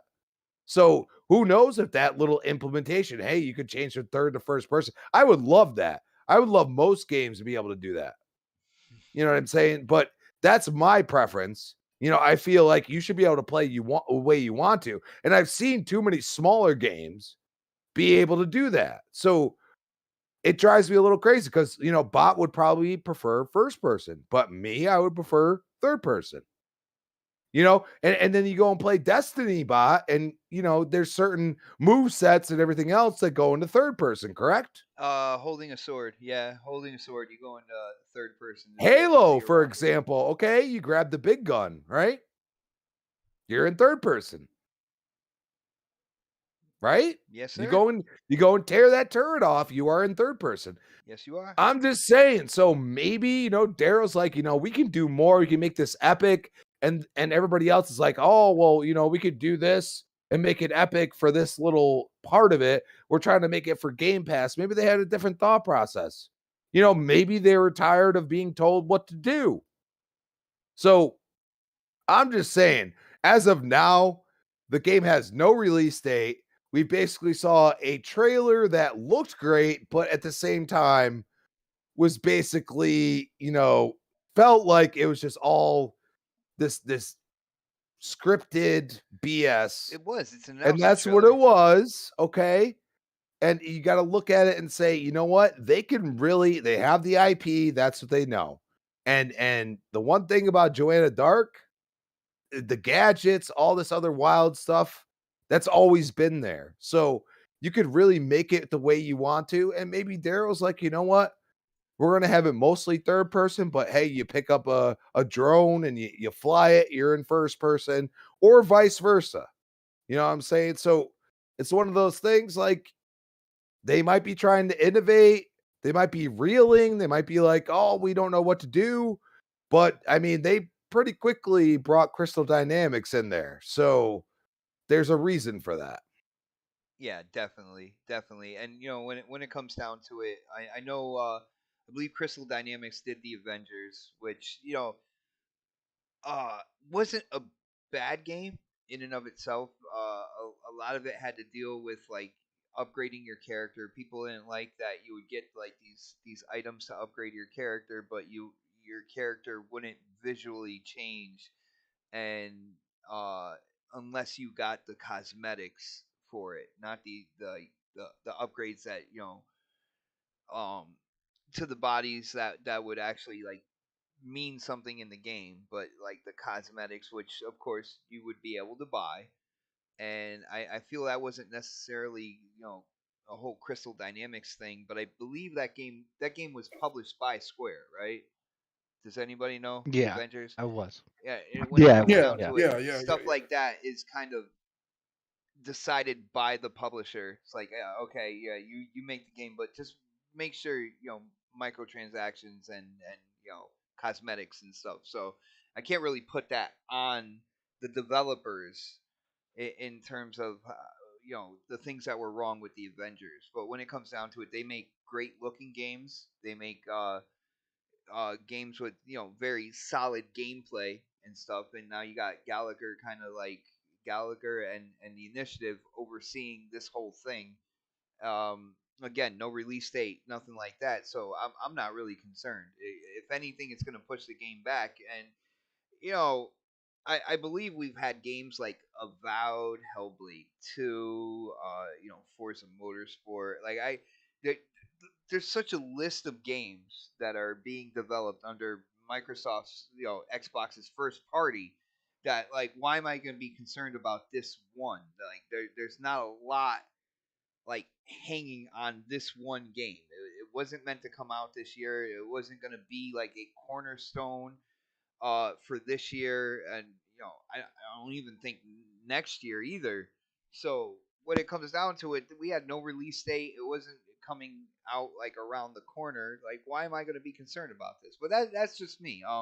I do want to know what K Mega has to say about this. Now, Mega, you brought up the Initiative earlier in the show, so now Mhm.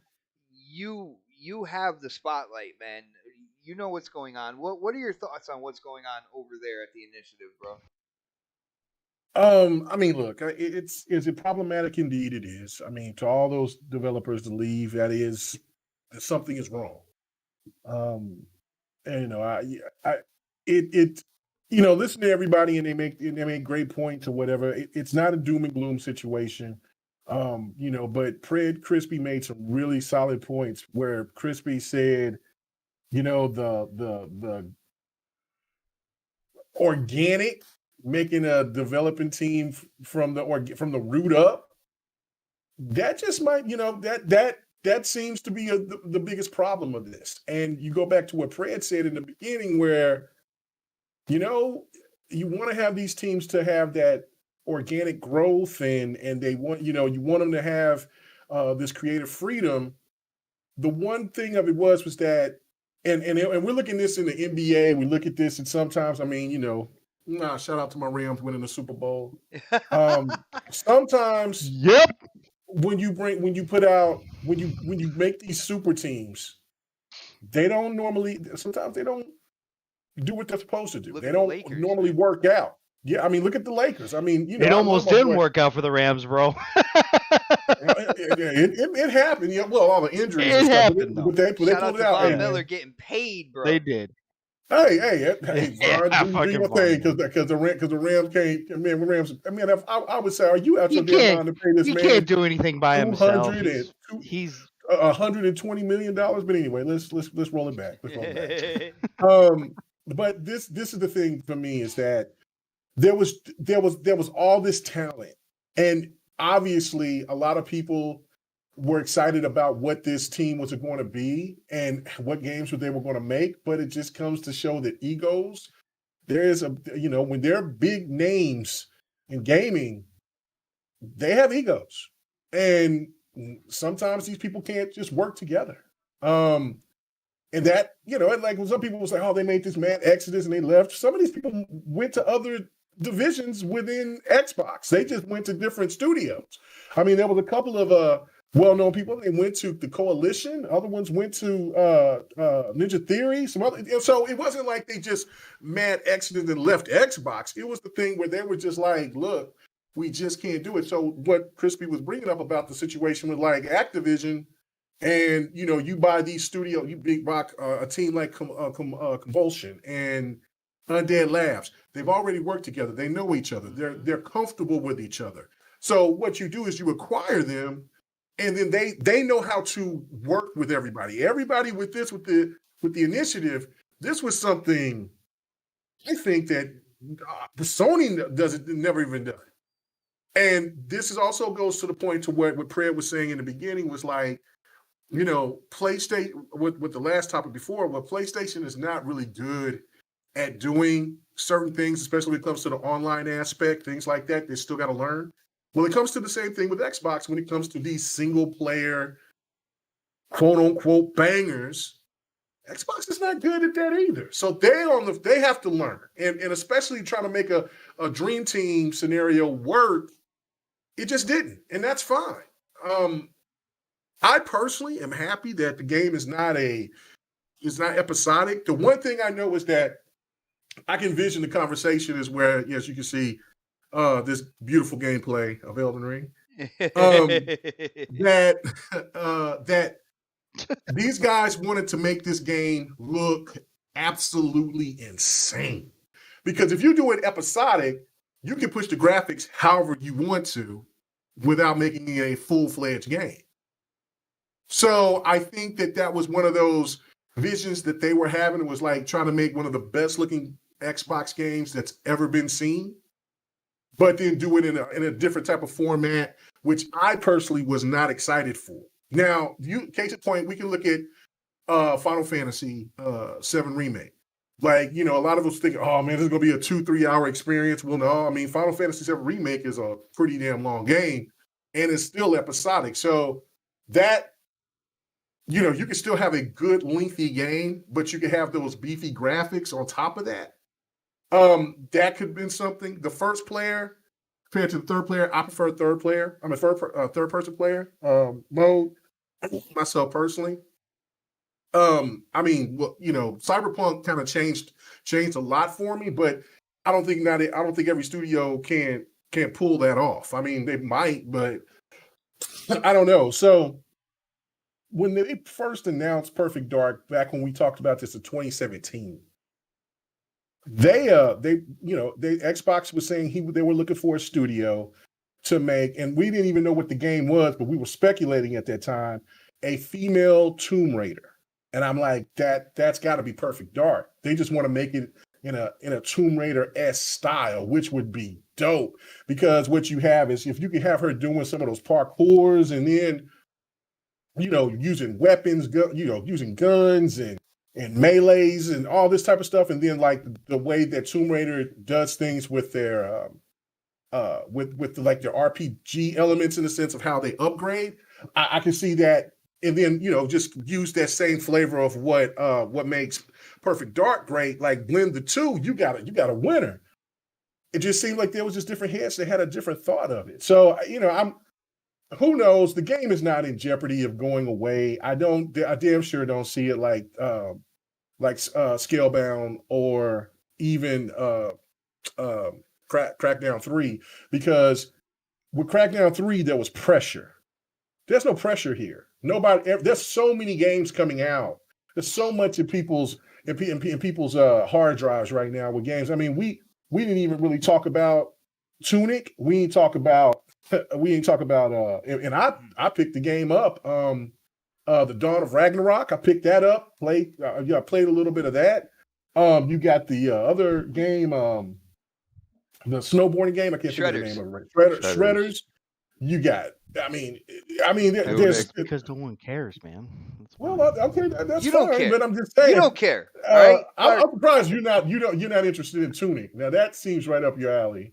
Sorry. No, yeah, I definitely want to play Okay, that one. okay, Yeah, okay, that's okay. definitely one I want to play. Yeah. You know what I'm saying? So it to me it's like when somebody said it was Zelda, I was like, okay, play that. oh yeah. So, but I did this. There's so much on the plate. Plus, you got the third party, and then if you got multiple consoles, you still got Forbidden West. You got the Greatness coming out on the 22nd, which is Ghostwire Tokyo.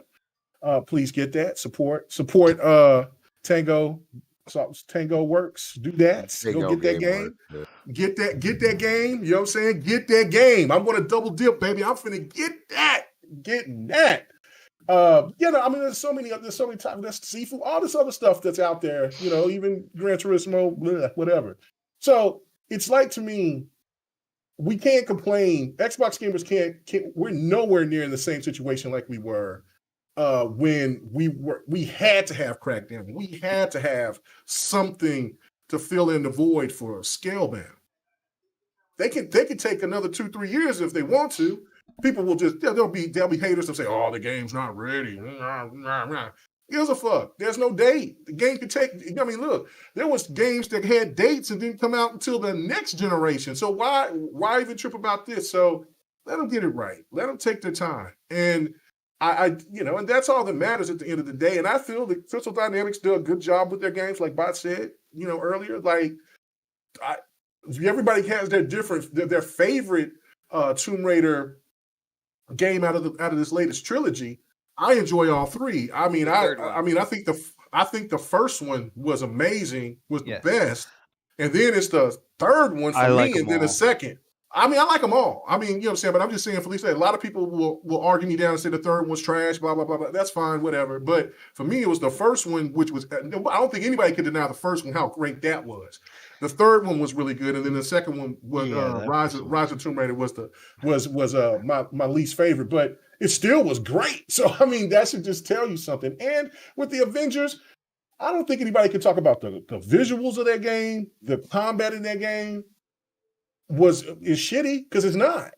All those things are what make people still. The story play the was game. good too, and the story was not bad. No, it wasn't bad at all. I think everything about it.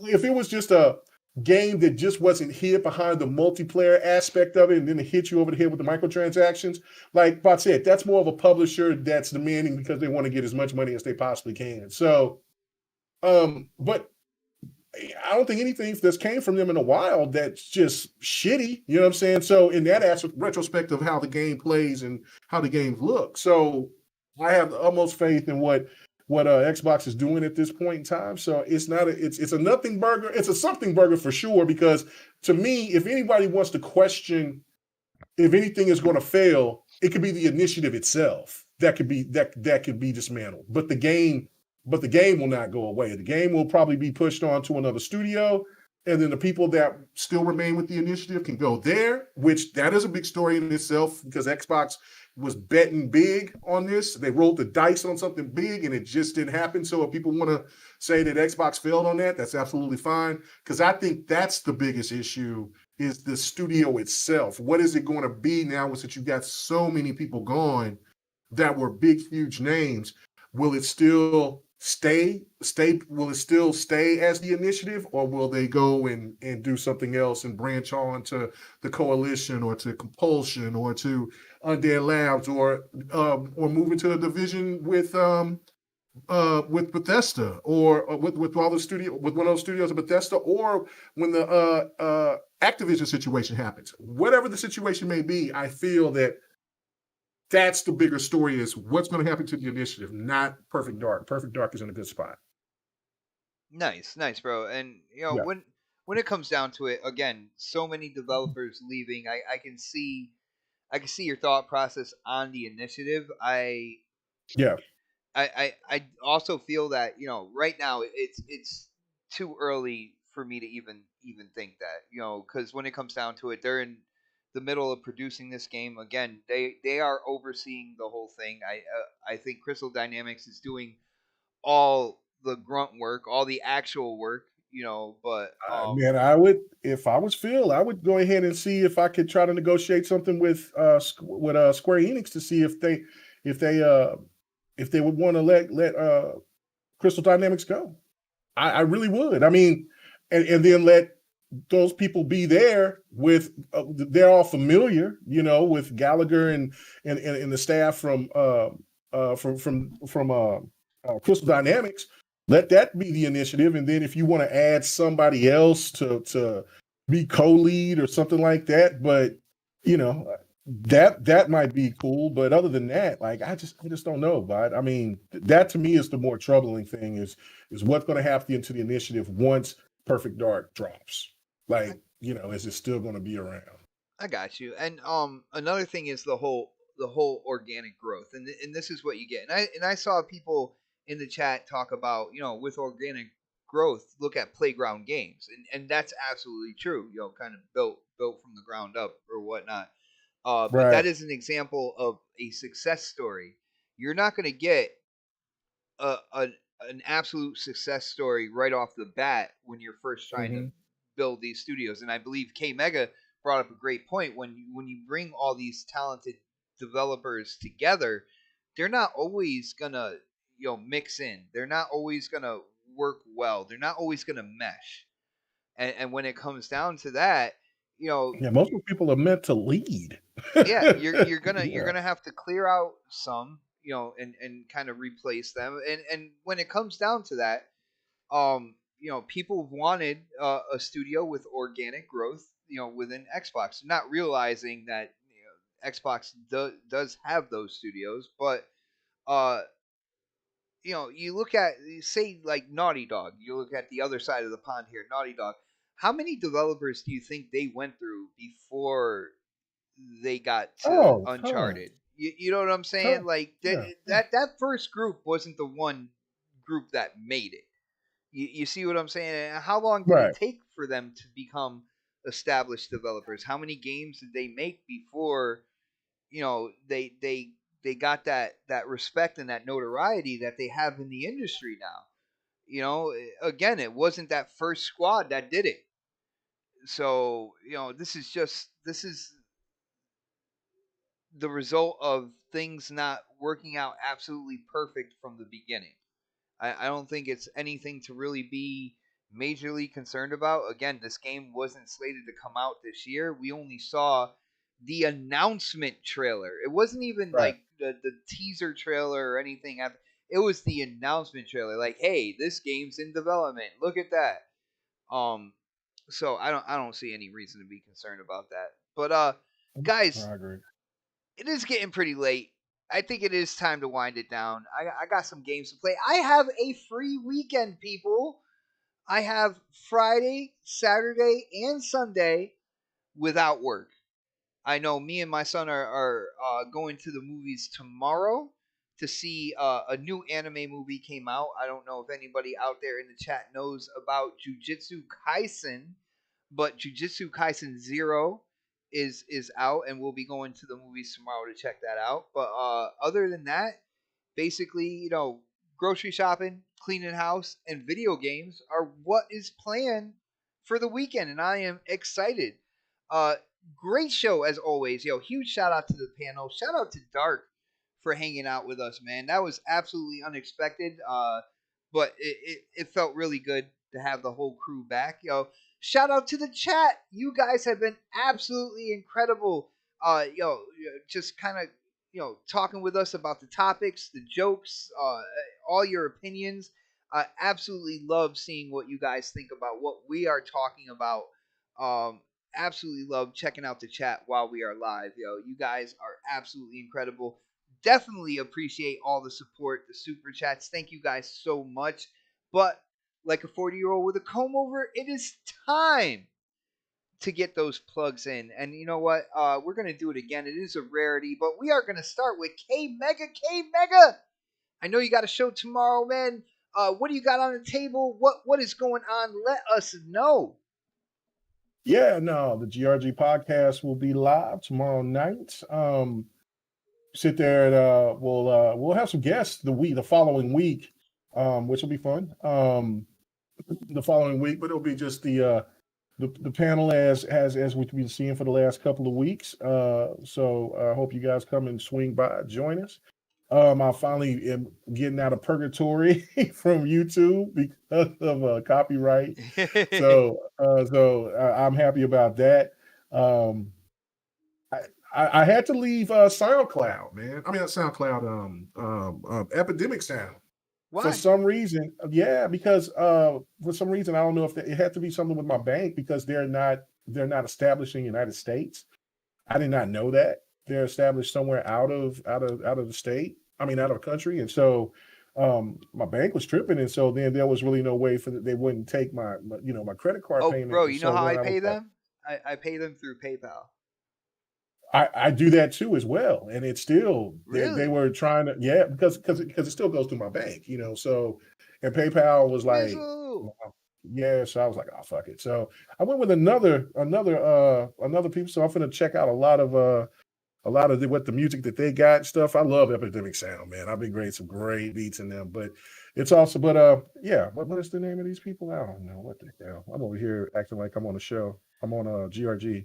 But Soundstripe, I think that's the name of them. So yeah, if Do they anybody was have interested as in big that, of a library, or they got a pretty damn huge library, and they do other stuff too with videos and not with sound effects, but with video effects and things like that. So I'll check deep. I'm gonna check with them, Jesus see what's going Christ, on the with that. longest So outro ever, man. yeah? Fuck. it's all right. Don't worry about it. I didn't have a long intro, so you just got to deal with it. But anyway, Wow. so last point.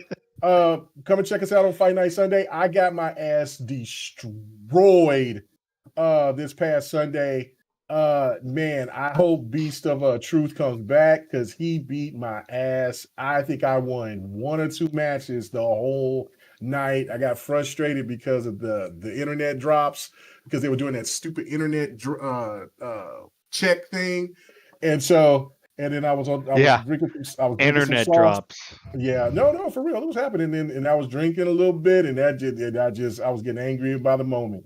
So yeah, come and check us out because I'm finna whoop this dude's ass. I'm finna get my revenge. So I hope you guys will come and check that out Sunday. Hopefully, good. He wrecked me.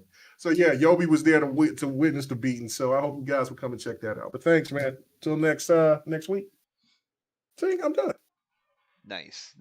See, I'm done. Half It hour didn't take later. that long. Yo, yeah. Half hour later, shit, man. Dark's got gray hairs. Yeah. Love it. Let's see. Yo, Crispy, bro. I know you're a part of other shows, man. What do you got going on? And you gotta let people know where to go for the Gears training by Crispy Bomb. What's going on, Organic growth. man?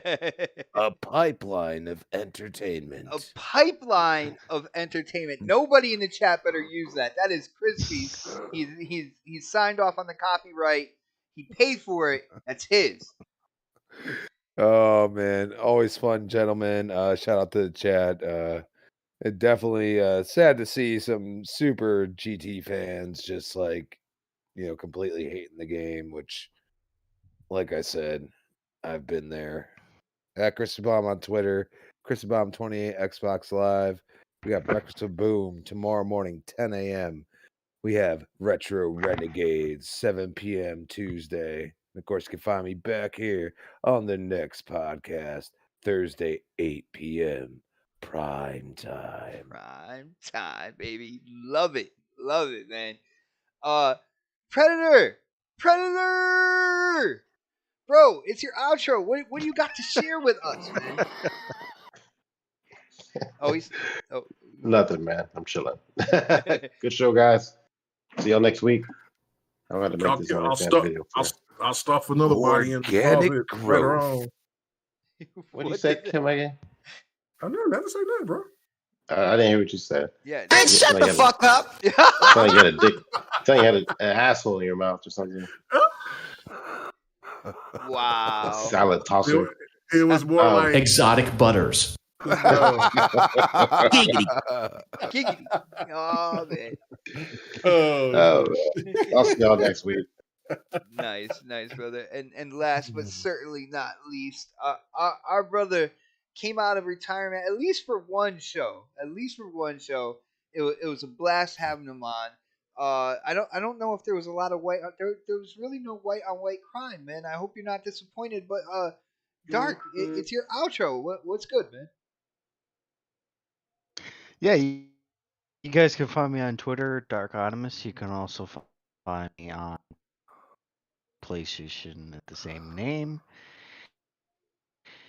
And yeah, man, I miss you guys, but next week, and hopefully I can come back again, maybe sometime. If it'll be next month or anything like that, it might be a couple months, but yeah. I'll probably just hop in, just surprise you, like I did this Well, time. I guess we're not at the end of the year anymore. I guess Yeah. it's just when Dark feels like it. It's all right. Damn, K-Mega, I forgot to change. No, it's I when forgot to change it's the locks. if I get time to do it, I'll do it. But yeah, That's what she said. you never know. From day to day, Organic man. growth. You never know. Organic growth. Yo, how come I feel like Crispy's gonna go around saying that now? Xbox Live Party Exotic butters. on Twitter. Dude, you almost sound like that.